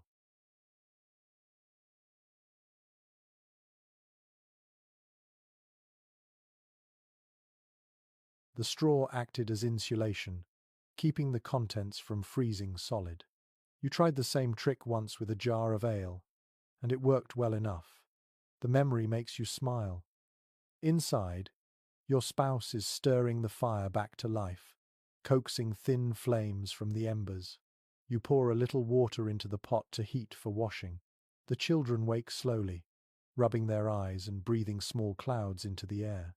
The smell of smoke mixes with the damp scent of thawing frost. You hand each of them a cup of warm water to drink. It tastes faintly of wood and metal, but it feels like life flowing back into their veins. You take a sip yourself and feel the cold retreat from your chest, inch by inch. According to monastery chronicles, ice was sometimes harvested deliberately in wealthier estates and stored in deep pits called ice houses. During summer, it was used to chill drinks or soothe fevers. The idea sounds absurd to you now. Surrounded by endless cold, you cannot imagine anyone willingly seeking ice. Outside, the stream that runs past the fields is frozen solid. You walk there with your neighbor, carrying an axe between you. The ice gleams blue under the weak sunlight. Together you begin to chip at it, each strike ringing like metal on stone. Shards fly, glittering like glass. The rhythm of your blows becomes a kind of music, steady and sure. After several minutes, the ice cracks open, revealing black water beneath. Steam curls up, ghost-like. You kneel and scoop some into your bucket, careful not to spill. The surface ripples once, then stills again. You can see your reflection in it, pale and tired but alive. A curious story told by old shepherds says that frozen water holds memories of the sky. When it melts, those memories return to the world as rain. You like that thought. Perhaps this very ice remembers summers you have forgotten. On your way back, the village seems quieter than usual. Smoke rises from every chimney, but no one speaks. Everyone is busy with the same task, tending to their own buckets, breaking their own ice. The sound of iron on ice echoes through the air like a shared heartbeat. Academic studies of medieval daily life often highlight how even the simplest acts, fetching water, mending clothes, feeding animals, formed the rhythm of existence.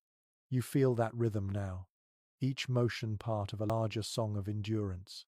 It is not glorious, but it is steady, and that steadiness is what keeps you alive. Back at the cottage, you pour a portion of the new water into a pot for cooking. The rest goes into a small barrel near the hearth, where the fire will keep it from freezing again. You wipe your hands dry on your tunic, feeling the rough fabric scrape your skin. The warmth in your palms is almost dizzying after the cold outside. Your spouse takes the bucket and adds a pinch of salt to the pot. The hiss of water meeting heat fills the room.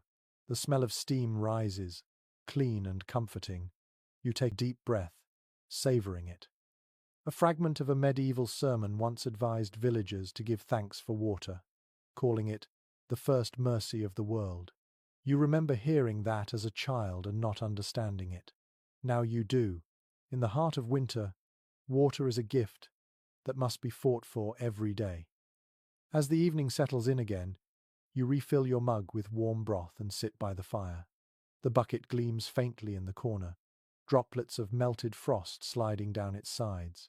You feel an odd affection for it, this simple vessel that carries so much of your labor and your life. Outside, the wind begins to rise, sweeping across the frozen fields. You can hear it moaning faintly through the cracks in the door. You take another sip, close your eyes, and listen to the water in the pot as it begins to bubble. Its soft murmur feels almost like speech, a reminder that even in a world made of ice, warmth still finds a way to speak. The cold tightens its grip. Each morning now, the frost creeps further across the floor before the fire wakes. Your fingers ache even before you touch anything. You move slower, more carefully, as if the very air resists you. Winter has grown cruel, and the world feels smaller with each breath you take. You light the fire again, but the logs hiss and spit. The wood is damp, not properly dried. Smoke rolls through the room before slipping up the chimney. You cough softly, waving it aside. The smell fills your nose, sharp and acrid, mingling with the sourness of your own breath. Your youngest child sneezes. Their cheeks are pale, their nose red. You press your hand to their forehead and frown. The skin feels too warm, the body trembling under the blanket. Illness always finds its way in when the nights grow long. Records from medieval parish registers reveal how fevers and lung sickness spread fastest in the cold months. Crowded homes, stale air, and damp straw made perfect breeding grounds for disease. A single cough could travel from one family to another before anyone even noticed. You know this too well. You have seen neighbors vanish from their doors, their houses falling silent within a week. You prepare a simple remedy. From a small jar near the hearth, you take a pinch of dried herbs, leftovers from summer's harvest, thyme, sage, and a few precious bits of honey. You boil them in water until the smell fills the room with warmth and hope. When it cools, you press the cup into your child's hands. They sip slowly, eyes half closed. An odd belief recorded by a traveling monk suggests that smoke from burning rosemary could chase away evil spirits of sickness. You recall your grandmother doing it once, the air thick with the smell of charred leaves. You think of trying it tonight, if only for the comfort of doing something. Outside, a dog barks in the distance, its voice carried on the wind. The sound feels lonely. You glance at your spouse, who sits by the fire spinning wool with tense shoulders. They say nothing, but you can see the same worry in their eyes. You both understand how fragile health can be. According to fragments of letters between physicians of the time, medieval medicine mixed faith with instinct. A healer might prescribe garlic, honey, or vinegar, but they might also whisper prayers to saints or mark crosses on a patient's chest.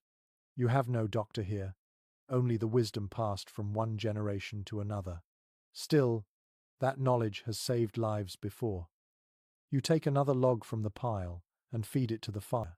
The flames catch slowly, their light flickering over the faces of your family.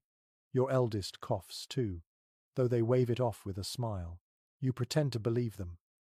A curious entry in a 15th century herbarium mentions a folk cure for fever, a piece of bread dipped in ale and placed beneath the pillow. If it was gone in the morning, the sickness had been carried away by invisible spirits. You wonder how many people were healed by faith alone. As the day drifts on, you keep the pot simmering, adding herbs as you find them. The scent of thyme and honey becomes your companion. The air grows heavy with steam, softening the sharpness of the cold. You spoon a bit into your own mouth, letting it soothe your throat. It tastes bitter but alive. Some scholars remain uncertain whether medieval peasants truly understood contagion. They knew that sickness passed through touch and air, yet they spoke of curses and bad luck instead of invisible causes. You find it strange to imagine life without knowing the names of your enemies, but perhaps ignorance was its own mercy. Your child sleeps now, their breath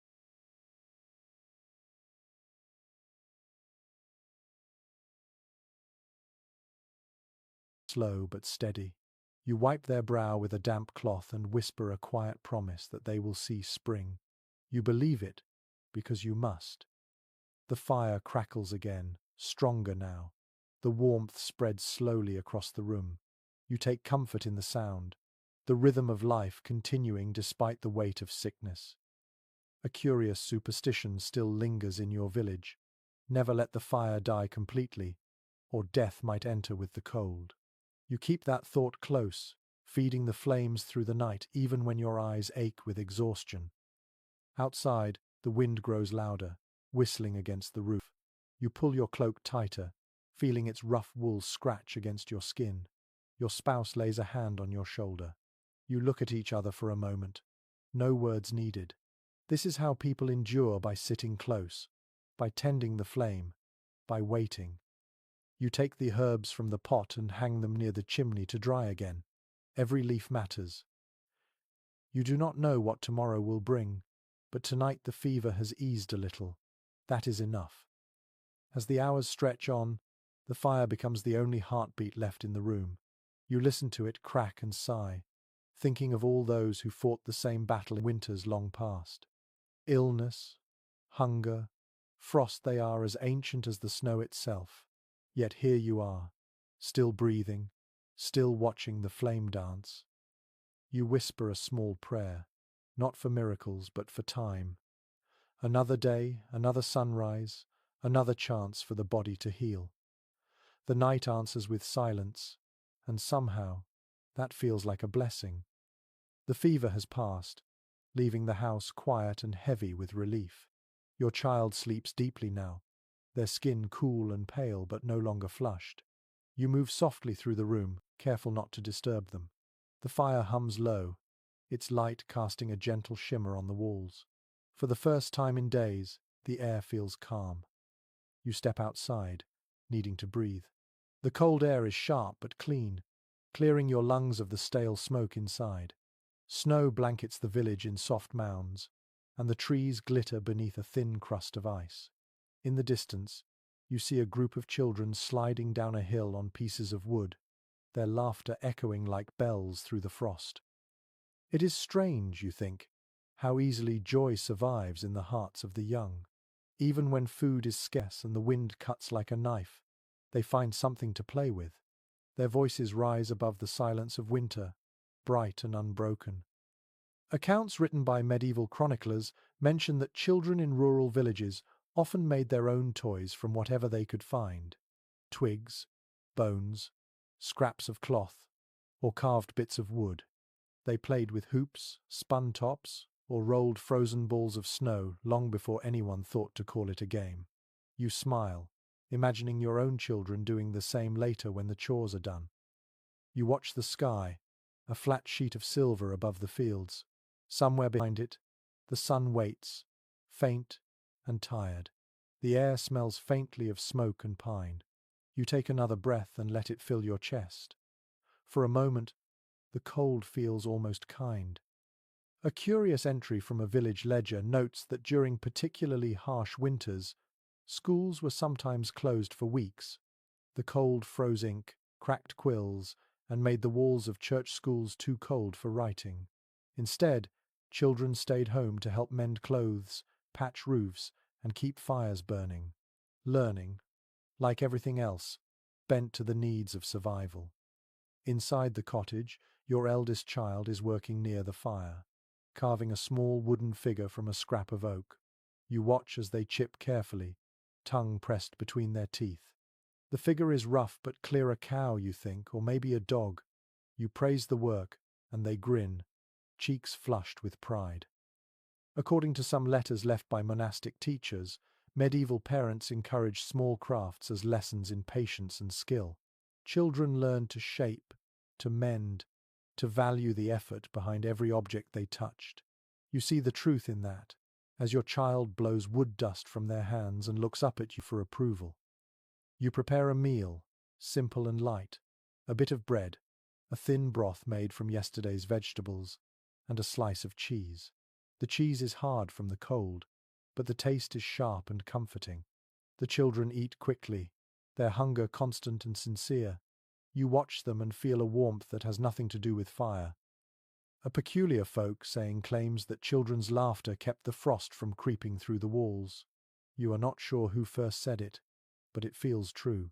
Every giggle seems to lift the weight of winter a little, making the room brighter. As evening falls, you sit together, the family close to the hearth. The younger ones play with the wooden cow, marching it across the floor. Your spouse hums quietly, a tune that has no name but has always belonged to your home. The firelight flickers across their face, soft and golden. Scholars who study family life in the Middle Ages often argue about how children were treated. Some claim they were seen as miniature adults, expected to work and suffer alongside their parents. Others believe they were cherished, their innocence guarded as something sacred. Watching your own children now, you think both ideas hold a bit of truth. Work teaches them strength, but love keeps them whole. Outside, the snow begins again, thin flakes drifting in slow spirals. You step to the door and watch them fall, silent and endless. The night smells of smoke and cold iron. Behind you, laughter fills the house again, small voices retelling old stories with new endings. A fragment of a medieval lullaby, still sung in distant villages, says, "Sleep, child, while angels warm the sky." You hum those words now under your breath as you return to the fire. The melody is simple, the kind that feels older than language. You sit beside your sleeping child, brushing hair from their forehead. The skin feels soft, the pulse steady. You whisper a quiet thanks to whatever mercy spared them. The warmth of the fire touches your face, and for the first time in days, your shoulders loosen. The cat curls near your feet, purring faintly. The sound mingles with the soft breathing of your family. The fire crackles, and the wind outside has softened into a whisper. For a while, everything feels suspended, a moment of peace caught in the long stretch of winter. You realize, watching the children sleep, that survival is not just about keeping bodies alive. It is about protecting the laughter, the small joy that keeps despair at bay. You promise yourself that tomorrow, no matter how cold the day becomes, there will still be stories, still be play, still be light. You sit a little longer by the fire before lying down, the sound of the wind fading as your eyes grow heavy. The warmth, the breathing, and the faint echo of laughter carry you into sleep. The next day begins with a brittle stillness. The frost has thickened overnight, clinging to every surface in delicate white webs. The air feels heavier, sharper. When you open the door, the hinges groan as if they too resent the cold. Beyond the threshold, the path that leads through the village glitters like glass. You know what that means. The traders will be late. Trade in winter is a slow and dangerous dance. Roads vanish under snow, bridges freeze solid, and carts break their wheels in ruts hidden beneath the ice. Yet some merchants still travel, chasing the last scraps of profit before the season shuts them in. They bring salt, oil, iron tools, sometimes cloth or dried fish. You wait for them like one waits for the return of sunlight. Evidence from medieval merchant guild records shows that trade routes in winter were lifelines for remote villages. Salt, especially, was as precious as gold. Without it, meat spoiled and broth turned sour. You look at the small pot of salt in your kitchen, less than a handful left, and feel a flicker of worry. By midday, the sound of bells reaches your ears. You step outside and see them at last. A line of figures trudging through the snow, cloaks dusted white, their carts creaking behind them. The horse's breath hangs thick in the air. The sight draws others from their cottages, faces wrapped in scarves, eyes bright with curiosity. You walk down the path to greet them. The lead merchant lifts a gloved hand in greeting, his beard frozen into tiny icicles. He smiles, though his lips are cracked. His cart is piled high with sacks and bundles tied with rope. The smell of leather and smoke surrounds him. According to travelers' diaries from the 14th century, winter merchants were admired for their toughness and pitied for their risks. Many never made it home, caught by blizzards or robbed along lonely roads. Yet they kept coming, drawn by need and hope. You think of that now as you help unload a sack of coarse salt from the wagon. One of the merchants offers you a small pouch of grain in exchange for wool thread. The trade feels fair enough, though both of you pretend not to notice the strain of hunger in each other's eyes. Barter is not business in times like these. It is survival, wrapped in courtesy. A peculiar note from a Hanseatic ledger mentions that traders often carried small talismans against frostbite, bits of bone carved with suns or knots. You see one now hanging from the merchant's belt, a simple disc etched with circles. He catches your glance and nods knowingly, as if to say it works. You hope it does. The villagers gather around the wagons, voices rising in soft chatter. A child tugs at your cloak, pointing at a bundle of furs. The merchant unwraps them, revealing fox and marten, their colours rich even in the dull light. You touch one, surprised at the warmth that still lingers in the pelt. You trade a small carved spoon and a skein of wool for a strip of fur, enough to line a collar. It feels extravagant, almost sinful, yet you think of your children's cold fingers and decide it is worth it. Historical accounts suggest that barter markets like this were social events as much as economic exchanges. News travelled with the traders, tales of distant towns, rumours of wars, strange weather patterns. You listen as one man speaks of a frozen river so wide that entire herds crossed it without sinking. Another claims that fish were found frozen mid-swim near the coast. You do not know if he tells the truth, but the images stir your imagination. Scholars today often argue whether medieval trade brought comfort or inequality to small communities. To you it seems simple. Without the merchants, winter would swallow villages whole. Each sack of grain, each handful of salt, is a thread tying one world to another. As the afternoon fades, the merchants light a small fire near the edge of the square. The villagers share ale and bread with them, passing mugs around in good cheer. You join in, the taste of the ale warm and sharp on your tongue. For a little while, the cold feels distant, the fire's light shared by all. An old story told by merchants speaks of a saint who guided travellers through snowstorms, her lantern never dimming. They whisper her name before each journey, though none of them can agree which saint she was. You think of her now, watching the glow of their fire reflected in the snow. Perhaps she walks beside them still. When the traders finally pack up to leave, the villagers help push their carts back onto the frozen road. The sky is turning purple, the first stars faint above the trees. The bells on the horses jingle softly, fading as they disappear into the distance. You stand for a moment, listening to the silence that follows. The village seems smaller again without their noise and laughter. You clutch the strip of fur in your hand, its texture soft and strange. It smells faintly of smoke and travel, of places you will never see. Back in your cottage, you hang the fur near the fire to dry. The warmth releases a subtle scent, earthy and wild. You close your eyes and picture the merchant road winding through the night, lined with small fires that mark the endurance of humankind against the cold. You realize then that trade is not just about goods, it is about stories, courage, and connection. The road carries more than wagons, it carries hope, passed from one weary traveller to another, generation after generation. You add another log to the fire and watch the sparks climb upward. Somewhere out there, the traders walk beneath the same stars, their breath mingling with the wind. You whisper a quiet wish for their safety, then pull your cloak tighter, the faint scent of fur reminding you that even in winter, the world still finds ways to touch and sustain itself. The next morning dawns grey and hushed. The storm has passed, but the cold has grown deeper, so sharp it almost hums in the air. You step outside for a moment, and your breath turns to frost that floats away like dust.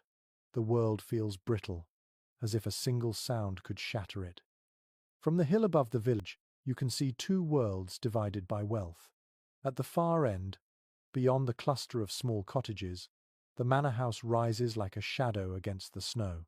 Its stone walls gleam faintly in the pale light, and a thin column of smoke drifts lazily from its great chimney. You imagine the fire that must be burning there, tall and bright, its heat filling rooms large enough to echo. In contrast, your own hearth still fights to keep a single room alive. You smile wryly. The fire in a lord's hall may roar louder, but warmth is still warmth, no matter its size. According to estate documents from the early 14th century, the difference between a peasant's winter and a noble's was measured mostly in comfort, not in safety. Both faced the same cold winds, the same frozen fields, the same short days. Yet the wealthy had fur-lined robes, thick stone walls, and servants to tend the flames. The poor had persistence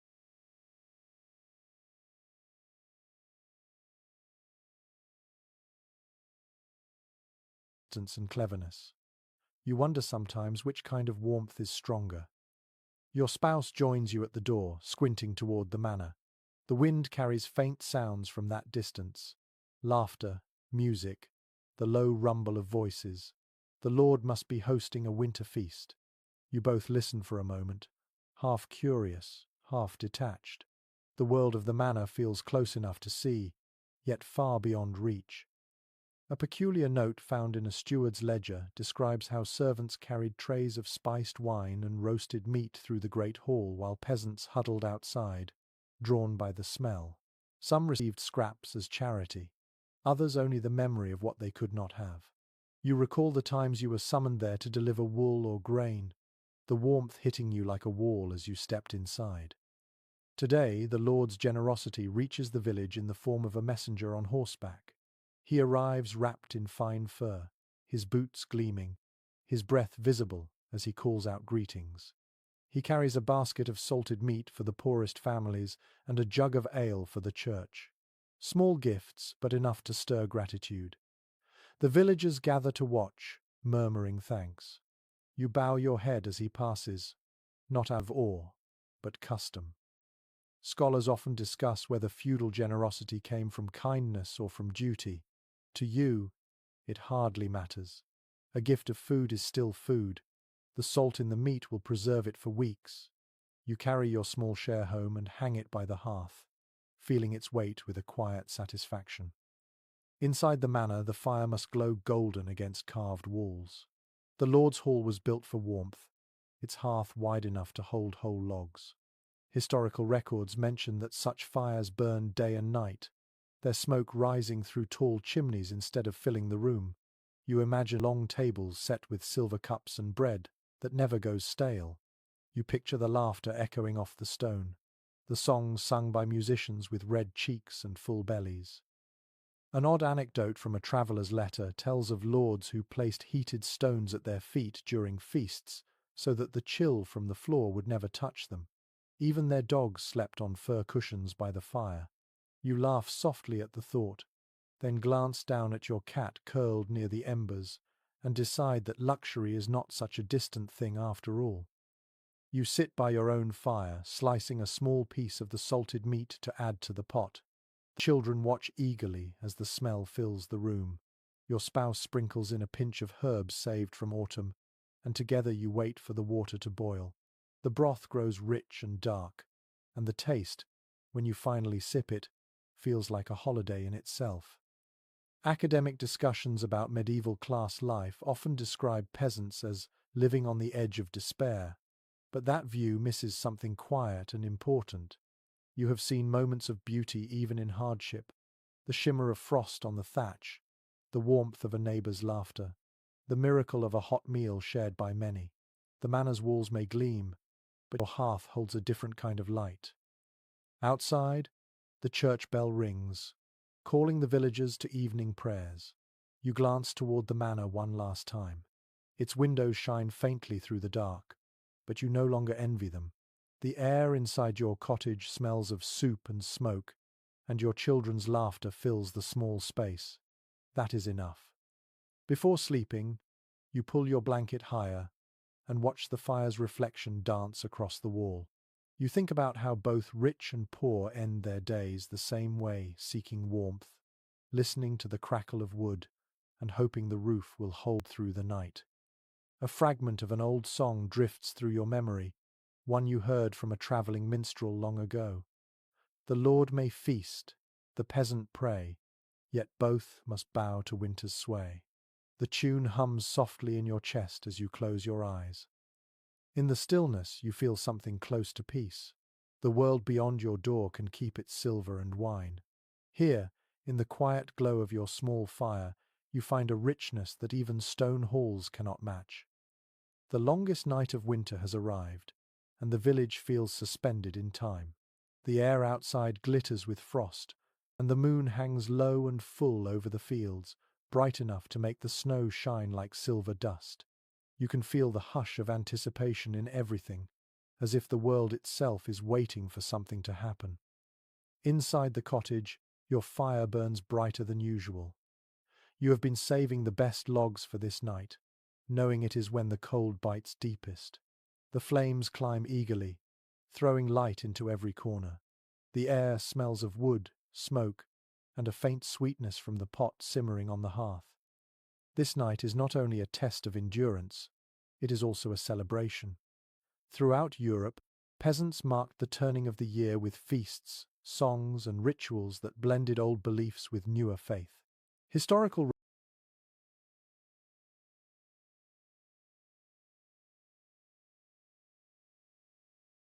records from church archives describe priests blessing fires at midnight, while villagers danced and drank outside, their laughter echoing through the dark. Your family gathers close, and your spouse ladles stew into wooden bowls. It is thicker than usual, rich with lentils, turnips, and a bit of salted meat. The children eat quickly, their cheeks glowing in the firelight. You raise a cup of ale and whisper a simple toast to the year ahead, to the warmth that has not failed, and to the promise of light returning. An old local custom says that if the fire burns steadily through the night, spring will come early. You plan to keep it alive until dawn, feeding it with the last of your best wood. There is comfort in the crackle of the flames, in the way the light makes the shadows dance. A curious tradition recorded in Scandinavian chronicles mentions the practice of drinking to the ancestors on midwinter night. A cup of ale or mead was poured onto the hearth in remembrance of those who endured winters past. You follow the gesture quietly, tipping a few drops into the fire. The flames hiss, then flare as if in reply. For a brief moment, you imagine unseen faces smiling in the glow. Outside, faint music drifts through the air. You open the door and see a group of villagers walking from house to house, singing in low voices. Their songs are old, the words half forgotten, but their rhythm is familiar and comforting. You wave them in, and soon your small cottage fills with laughter and steam from the fire. A man with a fiddle begins to play. The melody twists and spins, warm and playful. The children clap, the cat bolts under the bed, and even your spouse smiles as they hum along. The sound feels like sunlight in the middle of darkness. Accounts from medieval court records reveal that village festivals often worried the local priests. Too much laughter, too much ale, too much memory of pagan joy. Yet even the church bells could not silence the songs that had survived since before written history. You think of that now, as one of the singers jokes that every flame in every cottage is an offering to the same invisible Sunday. The ale jug passes around, and you take a small sip. It tastes stronger than you remember, spiced with herbs and warmth. Someone shares a story about a man who tried to drink away the cold until he mistook a snowdrift for his bed. Everyone laughs, and for a moment, the winter outside feels far away. The laughter fades gradually into quiet conversation. The music slows, becoming almost like a lullaby. You find yourself staring into the fire again, the orange light flickering across your hands. The warmth feels alive, steady, and kind. A peculiar belief noted in an old herbal compendium suggests that midwinter flames have healing powers if stared at long enough. The author claimed that fire in the dark restores the strength of the spirit. You do not know if that is true, but it feels true tonight. Your guests begin to leave, wrapping their cloaks tightly. You stand in the doorway as they disappear into the snow, their voices fading into the distance. The air outside is cold enough to sting your teeth. The moon has climbed higher, casting long silver shadows across the fields. You stay there for a moment, listening. The village is alive with quiet celebration, distant songs, the occasional bark of a dog, the echo of laughter carried by the wind. It feels like every heart is beating together, holding back the dark for one more night. Inside, the fire continues to burn. You sit near it again, wrapping your hands around a mug of ale. The children are already asleep, their faces peaceful. Your spouse hums softly as they clear the bowls. You look into the fire until your eyes sting, the shapes shifting and shimmering like memories. Scholars still debate how much of these winter festivals was superstition and how much was faith. To you, it makes no difference. What matters is the warmth, the gathering, the reminder that even in the darkest time of year, people still choose to light fires and sing. You stretch out beside the hearth, the sound of the wind fading behind you. The flames have softened to a steady glow, like the heartbeat of the earth itself. You whisper a final wish into the quiet, that the fire will greet the sunrise still burning, proof that life, once lit, refuses to fade. The glow from the midwinter fire lingers in your memory long after dawn returns. A pale light fills the cottage now, quiet and gentle. The air smells faintly of smoke and spent ale. You stretch your hands before the hearth, the warmth sinking into your skin. Outside, the snow has fallen again, soft and endless, covering all traces of last night's laughter. You stir the ashes, letting the embers breathe once more. Tiny sparks leap upward like stars before fading into grey. The house feels still, too still, as if waiting for sound to return. The children sleep longer today, worn out from celebration. Your spouse sits beside you, spinning thread, their motions slow but sure. In every winter, there comes a strange morning when joy feels fragile, when silence returns heavier than before. This is that morning. You glance toward the window and see your reflection faintly in the stretched skin that serves as glass. The image trembles in the cold air, pale and thoughtful. Superstitions thrive in this season. In almost every village, people whisper about things best left unnamed, spirits that wander at night, sounds in the wind, and the old shapes of winter mischief that never fully died out. Monks tried to stamp them out, but some memories resist forgetting. Written notes from medieval sermons reveal how priests warned their flock against foolish customs of the dark season. They spoke of witches who danced on frozen hills and ghosts who followed travelers home. Yet the same priests lit candles on the same nights, perhaps not fully free of the same fear. You remember what your grandmother once told you. Her voice, low as a storm outside, rattled the shutters. She said that the frost itself had a spirit, a pale woman who walked between houses searching for warmth. If she found a hearth gone dark, she would slip inside and breathe on those who slept, turning them to ice. As a child, you believed her without question. An odd detail preserved in a Scandinavian manuscript tells of villagers hanging small bits of bread above the hearth to appease this frost spirit. You find yourself smiling at the memory. You never saw such a creature, but you still check the fire before bed, just in case. Today, as the snow falls thicker, you hear a soft knocking at the door. When you open it, your neighbor stands there, face hidden beneath a hood of fur. He carries a bundle of straw figures tied with red thread. His eyes crinkle with a grin. "For luck," he says, handing one to you. "These straw charms," he explains, "are meant to guard against illness and misfortune. Each figure represents a soul of the household, bound to the fire's protection. He has made one for every family in the village. You thank him and hang it above the hearth, where it sways gently in the rising heat." Records from the British Isles mention similar charms. Straw men and woven crosses hung in kitchens to call back the Sunday. Some were blessed by priests, others simply tied by the hands of farmers. Scholars argue about where these customs began. Some say they are remnants of older pagan rites. Others claim they were harmless gestures of faith. You suspect they were both. The snow continues to fall outside, muffling all sound. The world feels wrapped in white silence.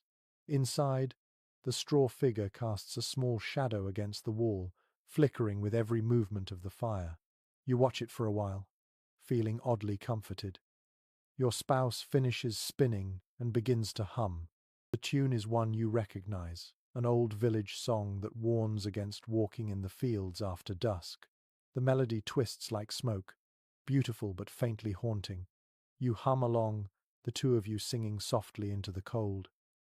A curious reference from a 12th century chronicler describes peasants singing such songs as a way to keep evil spirits away. The belief was that music could confuse wandering souls, keeping them from finding your door. You like the idea that sound itself might guard you. As darkness falls again, the firelight grows stronger, painting gold across the walls.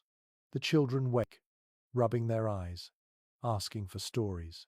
You tell them one your grandmother once shared, about the frost woman who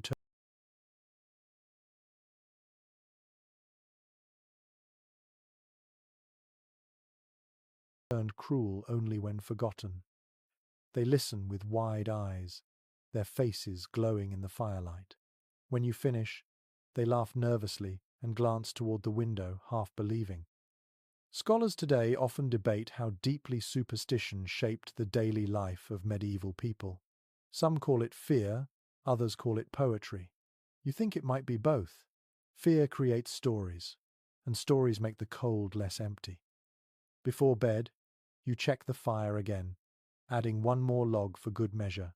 The straw figure sways gently above it, the threads gleaming red in the light. Outside, the wind sighs softly, almost like breathing. You whisper a short goodnight to the frost beyond the door, just as your grandmother taught you. Then you climb into bed beside your family, the blankets heavy and warm. The snow falls quietly through the night.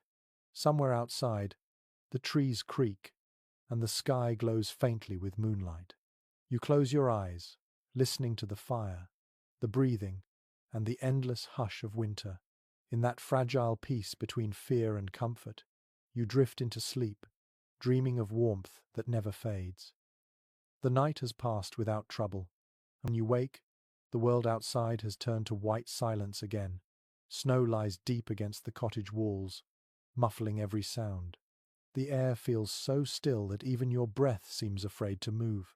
You rise slowly, wrapping yourself in your cloak, and open the door just enough to look outside. The light is soft and blue, and the whole village seems asleep beneath a blanket of frost.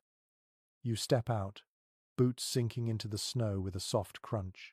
The sky is heavy with clouds that hide the sun, but the reflection of the snow makes everything glow faintly.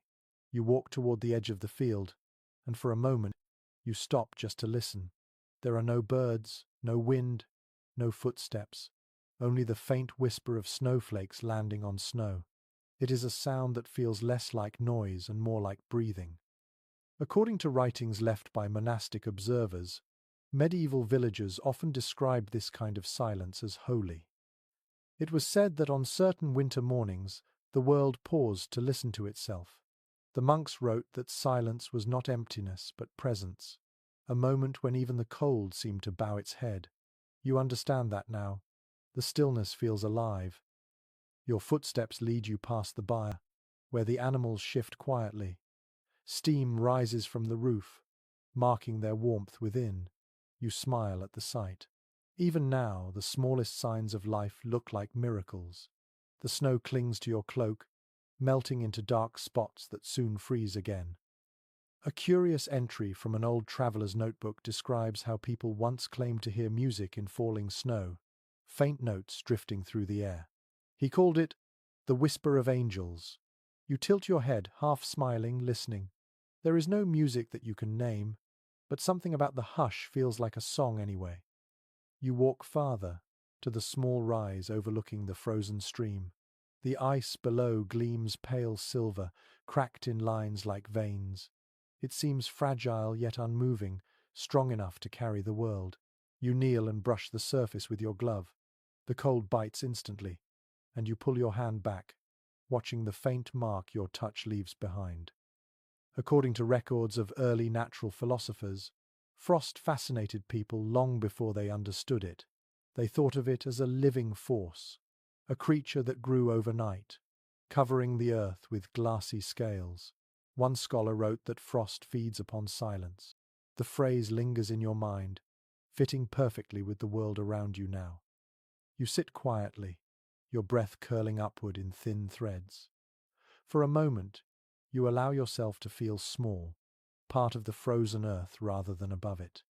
Everything is still, and the air tastes clean, untouched. From far away, you hear a single sound, a crow calling, rough and lonely. Its voice cuts through the silence like ink across paper. You watch it glide over the trees, a dark smudge against the endless white. When it disappears, the world grows quiet again, but not empty. The stillness feels full of hidden life. A curious passage in a medieval weather chronicle tells of peasants who believed snow carried secrets from heaven. Each flake, they said, was a letter that vanished before it could be read. You think about that now, holding out your hand to catch a few falling flakes.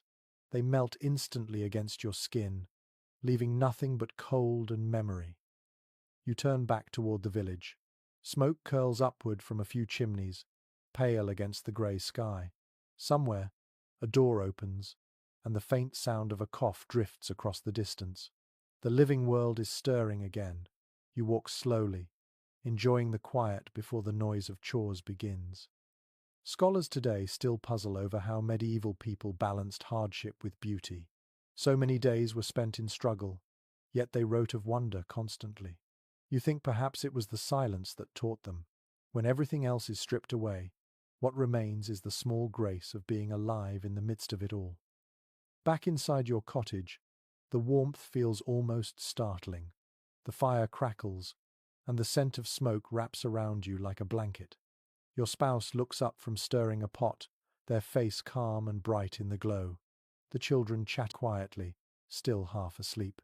You stand for a moment, letting the contrast between inside and outside settle deep into you. You pour yourself a small cup of warm ale and sit by the window. The world beyond the thin-skin pane still glows pale and distant. You can almost see the air move in slow waves, like breath across a sleeping body. An ancient fragment of poetry, copied in a monk's hand, describes this very moment. The world breathes white, and man is small within it. Yet he breathes also, and thus the world endures. You whisper those words softly to yourself, not as a prayer but as a reminder. The children run outside after breakfast, their laughter piercing the calm. Their boots stamp fresh prints into the untouched snow, erasing the stillness but replacing it with life. You watch them and smile. The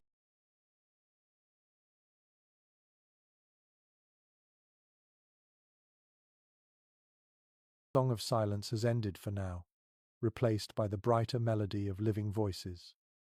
You realize, watching them, that survival is not only about keeping warm, it is also about seeing beauty in the quiet moments, about listening to the hush and finding peace within it.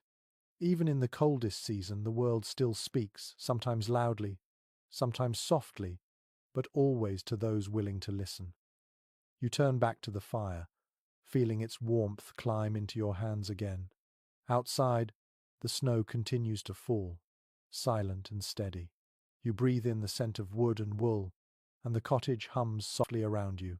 The silence you carry from the field stays in your chest, gentle and bright, like the glow of the fire that will see you through another night. The silence of the snow gives way to the rhythm of work again. After days of stillness, your hands itch for something to do. The fire is steady, the animals fed, but the tools that rest along the wall remind you that even in the dead of winter there is preparation to be done. You rise early, the sky outside a dull pearl grey. The frost that covers the window turns the light soft and milky. You touch the iron latch of the chest near the hearth, lifting its lid to reveal the tools of your trade. The smell of oiled wood and rusted metal fills the air. Inside lie the plough blades, spades, and the handles that have survived another year. You take each one out carefully, running your fingers over the worn edges. Records from medieval manor accounts show that winter was a time for repair and readiness. When fields froze solid, the farmer became a craftsman.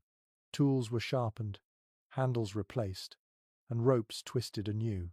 Every blade honed in January meant an easier harvest come summer. You think about that as you set your grindstone near the light and begin to turn it slowly. The scrape of iron fills the room, bright and sharp against the hush. Sparks leap briefly, glowing before they vanish into air. Your hands grow warm from the effort, and you can feel the weight of time in each movement. The blade hums faintly, alive again after months of rest. A curious passage from a craftsman's diary speaks of men who swore they could hear their tools speak while sharpening them, as if the metal remembered the soil it once cut. You understand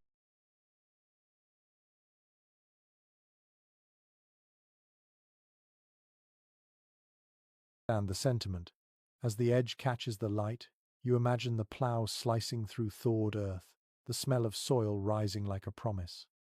Your spouse sits nearby, mending a harness with careful stitches. The children help by sorting small nails and scraps of leather, their fingers nimble despite the cold. The work becomes a quiet symphony, the hiss of metal, the soft rip of thread, the creak of wood. According to guild manuals from the 15th century, winter craftsmanship was not simply maintenance but an act of reverence. A well-kept tool was said to carry luck into the next planting. You think of that now as you oil the handle of your axe, the scent of linseed rising like warmth itself. The fire pops behind you, and a log collapses inward. You pause to add another, the smoke curling upward in lazy shapes. For a moment, you let the glow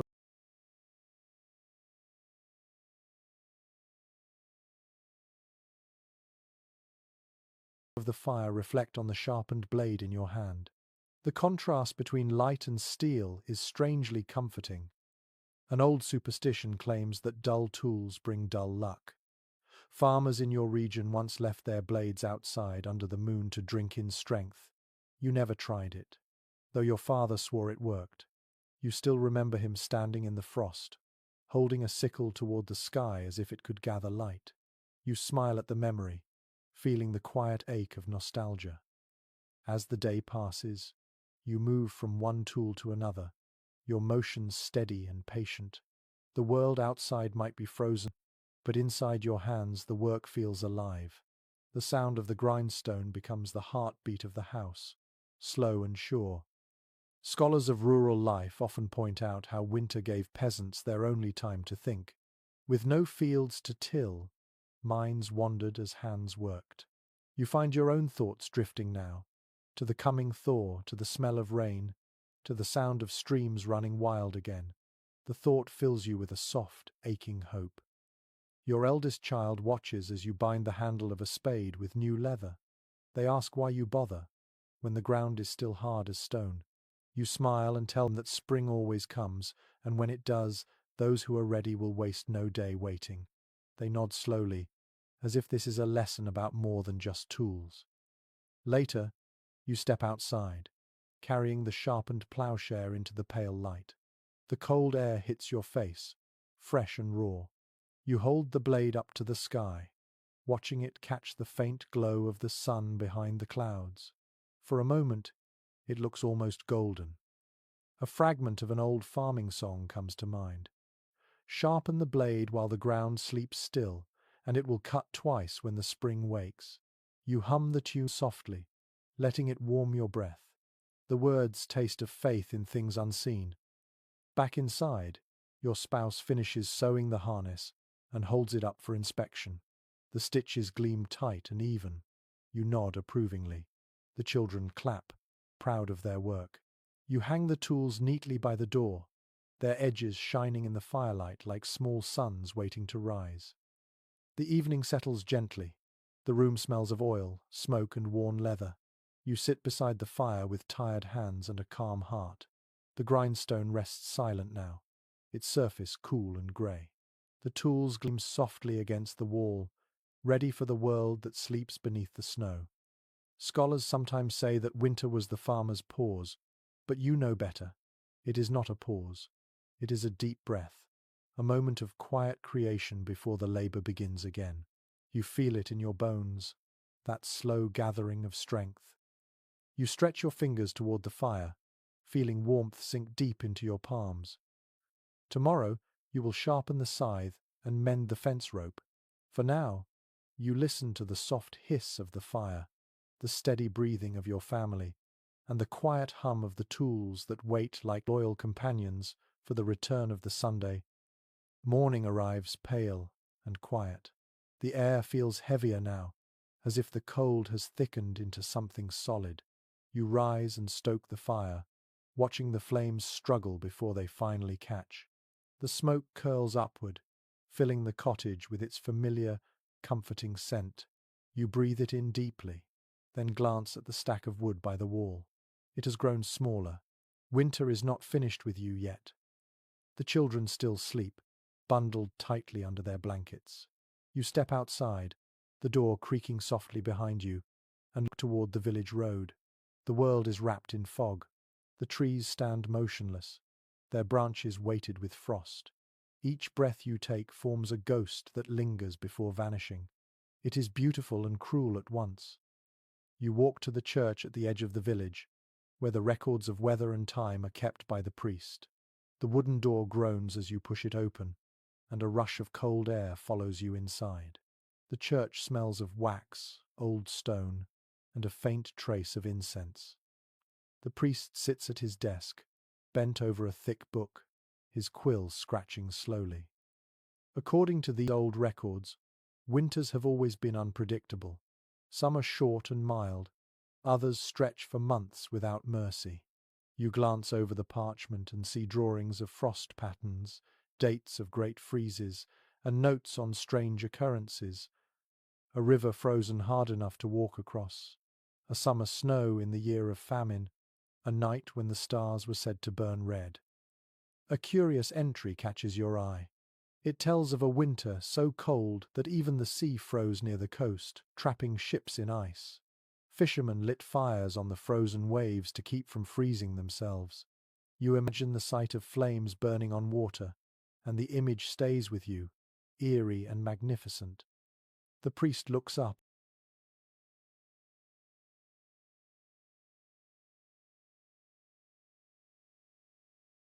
and smiles wearily.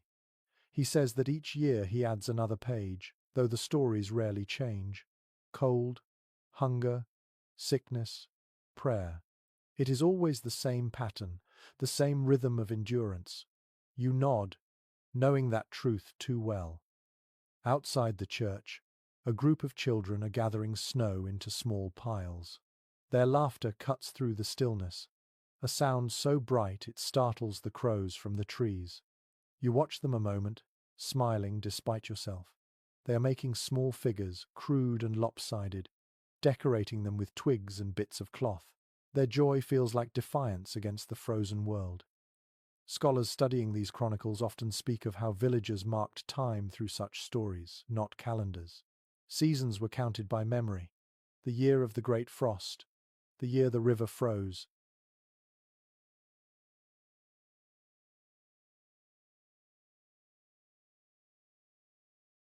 the year the firewood ran out. Every entry in the priest's book is a reminder that people have always measured life not by comfort, but by what they survived.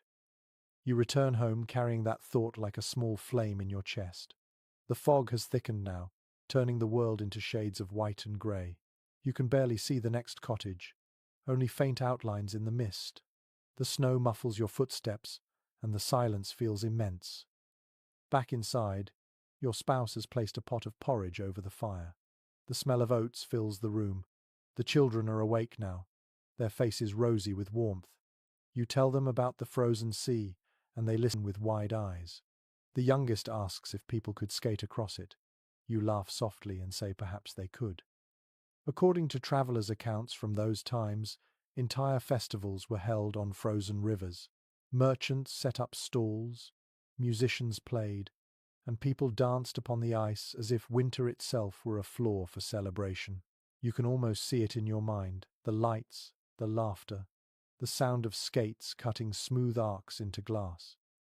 A peculiar report from the same records mentions a night when the aurora filled the sky, turning it green and violet. People thought it was a sign from heaven, either warning or blessing. The priest wrote that the villagers prayed all night while children pointed and laughed at the colors. The idea makes you smile. Fear and wonder often share the same sky. Your spouse hands you a bowl, and you eat slowly, savoring the warmth that spreads through your body. You can hear the wind outside again, soft but persistent, brushing against the walls. The straw figure above the hearth sways slightly, its red thread glinting. Later, you take out an old parchment scrap from a chest, a letter written long ago by a merchant who once stayed in the village. His handwriting is uneven but lively. He wrote of that same frozen river, of men skating with torches in their hands, their reflections glowing in the ice. He said it was the most beautiful thing he had ever seen. You keep that letter because it reminds you that even in hardship, beauty finds a way. Scholars still discuss whether the so-called Little Ice Age truly changed the course of human history. Some claim it reshaped economies and faith itself. Others believe it merely tested what was already fragile. To you, such questions feel distant. What matters is that you have fire, food, and the memory of warmth. As evening falls, you sit by the fire again, your family close beside you. The priest's tales and the merchant's letter blend in your thoughts. The world has frozen before, and yet here you are, still breathing, still tending flame. The snow outside thickens again, swirling softly against the door. You realize that the chronicles, the letters, the stories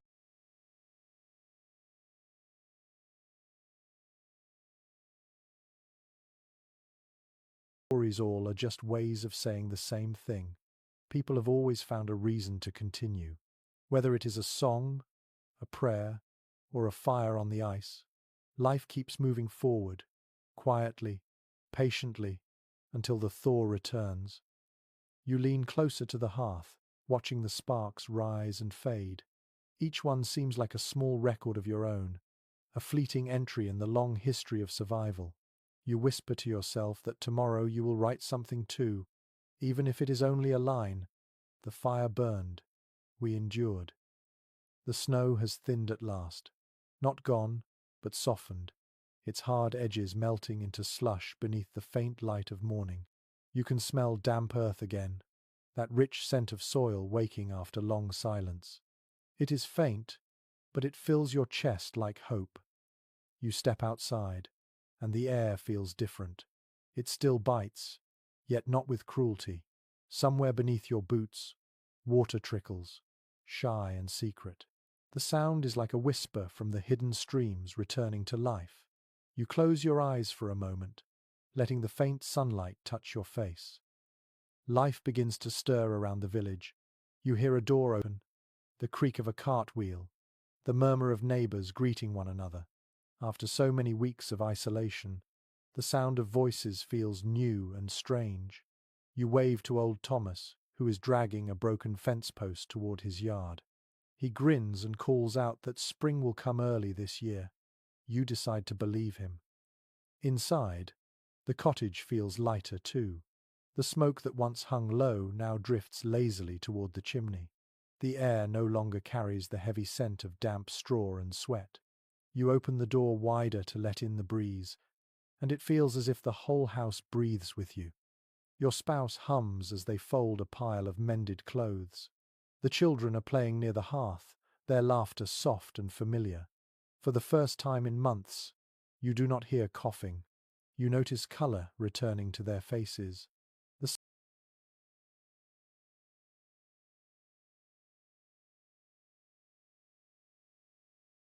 sight fills you with quiet gratitude. Records from local parish letters mention how even the smallest change in season lifted spirits in winter-worn villages. One priest wrote that a single patch of thawed earth could stir men to tears. You understand that completely. You feel that same swelling warmth now, seeing the grey snow shrink at the edges of your field. You decide to walk to the nearby stream, carrying a bucket though you do not truly need it. The path is slick, the snow thin and spongy underfoot. Birds flit through the trees again, calling in short, uncertain notes. The sound startles you. It has been so long since you heard song instead of silence. A curious note from a travelling monk's journal mentions that peasants often believed birds carried messages from the saints at the end of winter. When the first robin appeared, villagers would stop their work and whisper a prayer of thanks. You find yourself doing the same when you see a small brown bird perched on a bare branch. Its feathers ruffle in the wind, and it chirps once before flying away. The stream itself is half frozen, but where the ice has cracked, water runs fast and clear. You crouch and touch it with your fingertips. It feels alive, cold but clean. You fill your bucket just for the pleasure of hearing the splash. The surface ripples like liquid glass, and for a moment you see the sky reflected perfectly within it.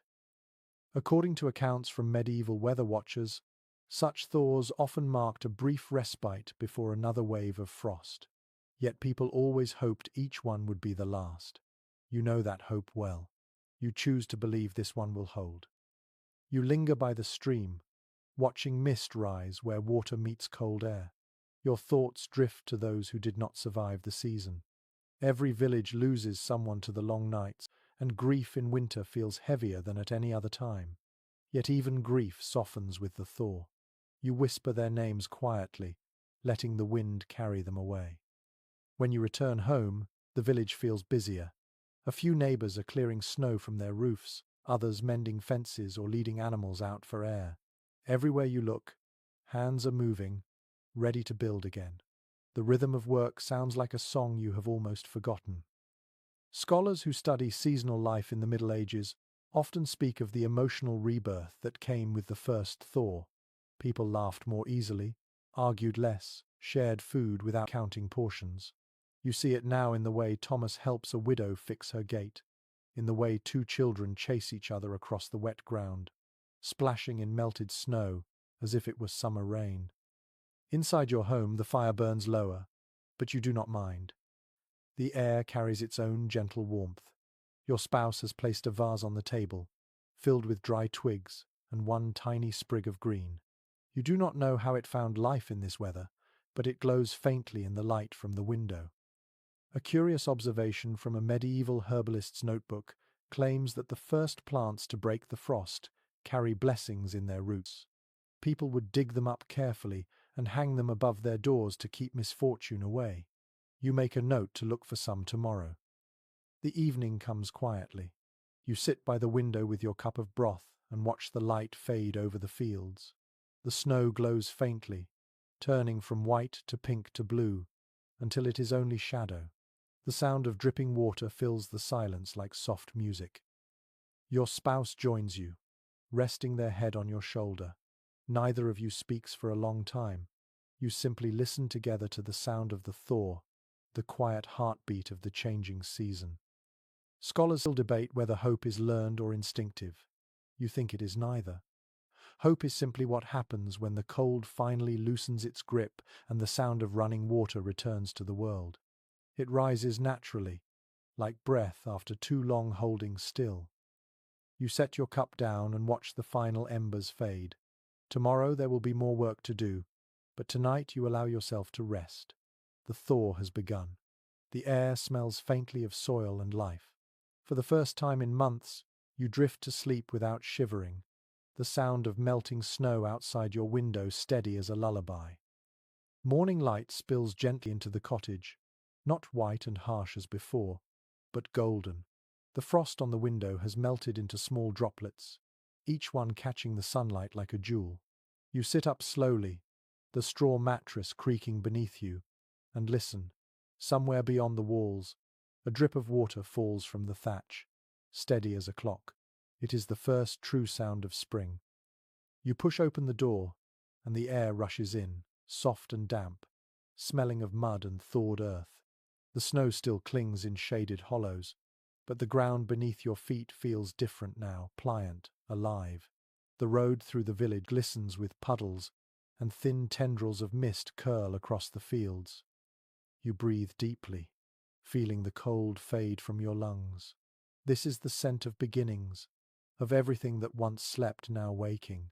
You can almost hear the soil stirring beneath its crust, the worms and roots stretching toward life again. According to manorial planting records, this moment was the most sacred of the farming year. Every winter ritual, every prayer, every long night by the fire led to this. The first signs of the thaw were not just a change in weather, but a promise that the world still kept its ancient rhythm. Farmers called it the whisper of the ground, and you feel it now in your bones. You walk to the edge of the field, where the snow has retreated enough to reveal dark, wet furrows. The soil is soft beneath your boots, and a faint steam rises from it as the morning sun warms its surface. You kneel and press your hand into the earth. It is cold but forgiving, clinging to your fingers like a handshake from an old friend. A curious account from a 14th century agrarian diary describes how villagers would touch the soil to their lips at the first thaw, believing it brought good fortune. You decide to try it, tasting the faint bitterness of iron and salt. It feels like a small prayer. Behind you, the village stirs to life. You hear doors opening, laughter, the creak of carts being rolled from storage. Smoke rises from every chimney, not thick and desperate this time, but light and grey. The air is filled with voices again, and you realize how deeply you had missed the sound of people living instead of merely enduring. Your neighbor calls out a greeting as he leads his oxen toward the road. He waves a gloved hand and says the ground will be ready soon for ploughing. His voice carries a hint of joy. The oxen snort steam into the air, their coats gleaming with a thin sheen of melted frost. You wave back, sharing his smile. According to chronicles written by rural clerks, this season of awakening often began with gatherings of the entire village. People repaired fences, cleared ditches, and rebuilt whatever winter had broken. You see that pattern forming already. Children run between houses with armfuls of straw, women sweep the thresholds, and men test their tools in the warming air. You return home to find your spouse laying fresh rushes on the floor, the scent of green reeds replacing the musty smell of old straw. The cat stretches in a beam of sunlight, lazily swatting at a fly that has wandered in through the open door. The world inside feels lighter, as if it too has taken a deep breath. An old belief, written in a parish songbook, said that sunlight at the thaw could heal melancholy. It was called God's gentle fire. You close your eyes for a moment, letting the warmth touch your face, and you understand why someone might think so. The children burst in, breathless and laughing, holding small treasures they have found outside, a half-frozen flower, a feather, a pebble smoothed by the stream. They spread them on the table as if presenting gifts. You praise each one, though you know the true gift is their laughter echoing through the house again. As afternoon fades, you walk once more to the field. The light has softened into amber, and the last of the snow glows faintly before it disappears. You stand still, listening to the water running beneath the soil, the quiet hum of rebirth. Scholars of medieval life often describe spring as a rebirth not only of the land but of faith itself. After months of silence, the thaw returned people to prayer, not out of fear but gratitude. You feel that same impulse now, though no words come. You simply bow your head, letting the warmth of the sun settle into you. Your spouse joins you, their hand finding yours. Together you watch the sky fade from gold to grey, the world around you wet and shining, alive once more. You do not speak. There is nothing to say that could improve the moment. When you return home, the air inside feels gentler, the fire small but steady. You eat your evening meal slowly, savouring every bite.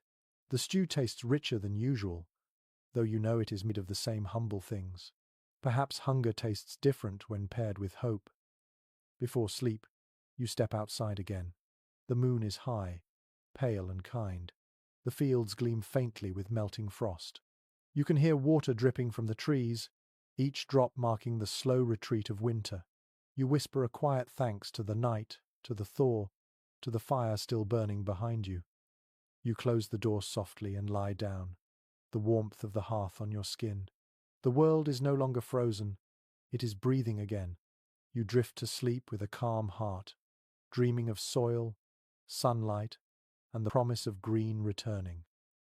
The days have grown longer now. Each morning the light slips in earlier through the small window, and the air feels soft enough to breathe without pain. You wake to the sound of dripping water and the smell of damp earth. The fire, though smaller than before, still burns in the hearth. It is no longer a desperate flame, but a companion that lingers out of habit. You rise slowly, stretching the stiffness from your limbs, and look outside.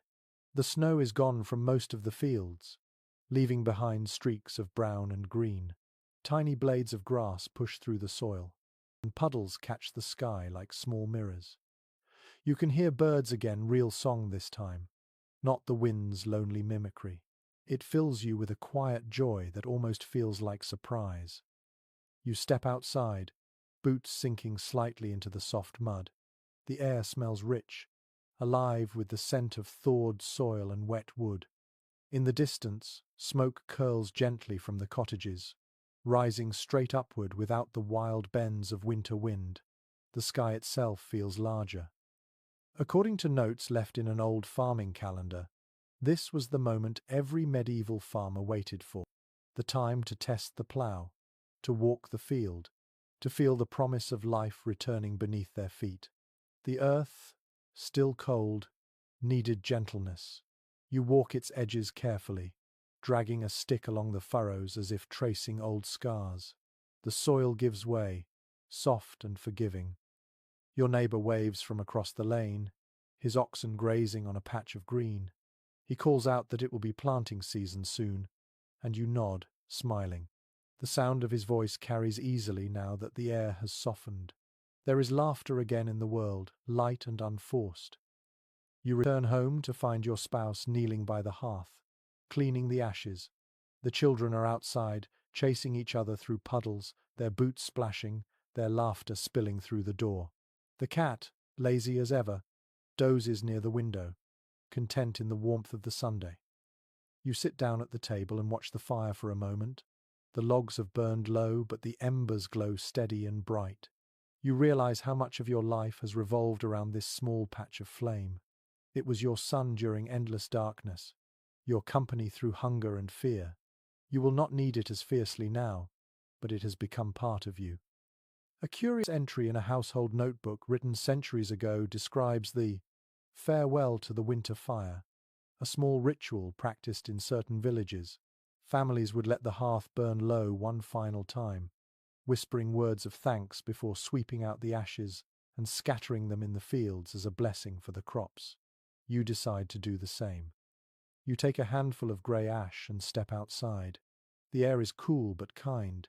You scatter the ashes across the soil, watching them drift and settle among the damp furrows. The smoke of the past months joins the earth again, feeding what will soon grow. It feels like a circle closing. Scholars often debate whether medieval farmers understood cycles of renewal as science or faith. You think the two were never truly separate. The world turns, things die and are reborn, and you live inside that rhythm, whether or not you name it. You return to the house, wiping your hands on your cloak. Your spouse is humming again, a tune that sounds brighter now, faster, like running water.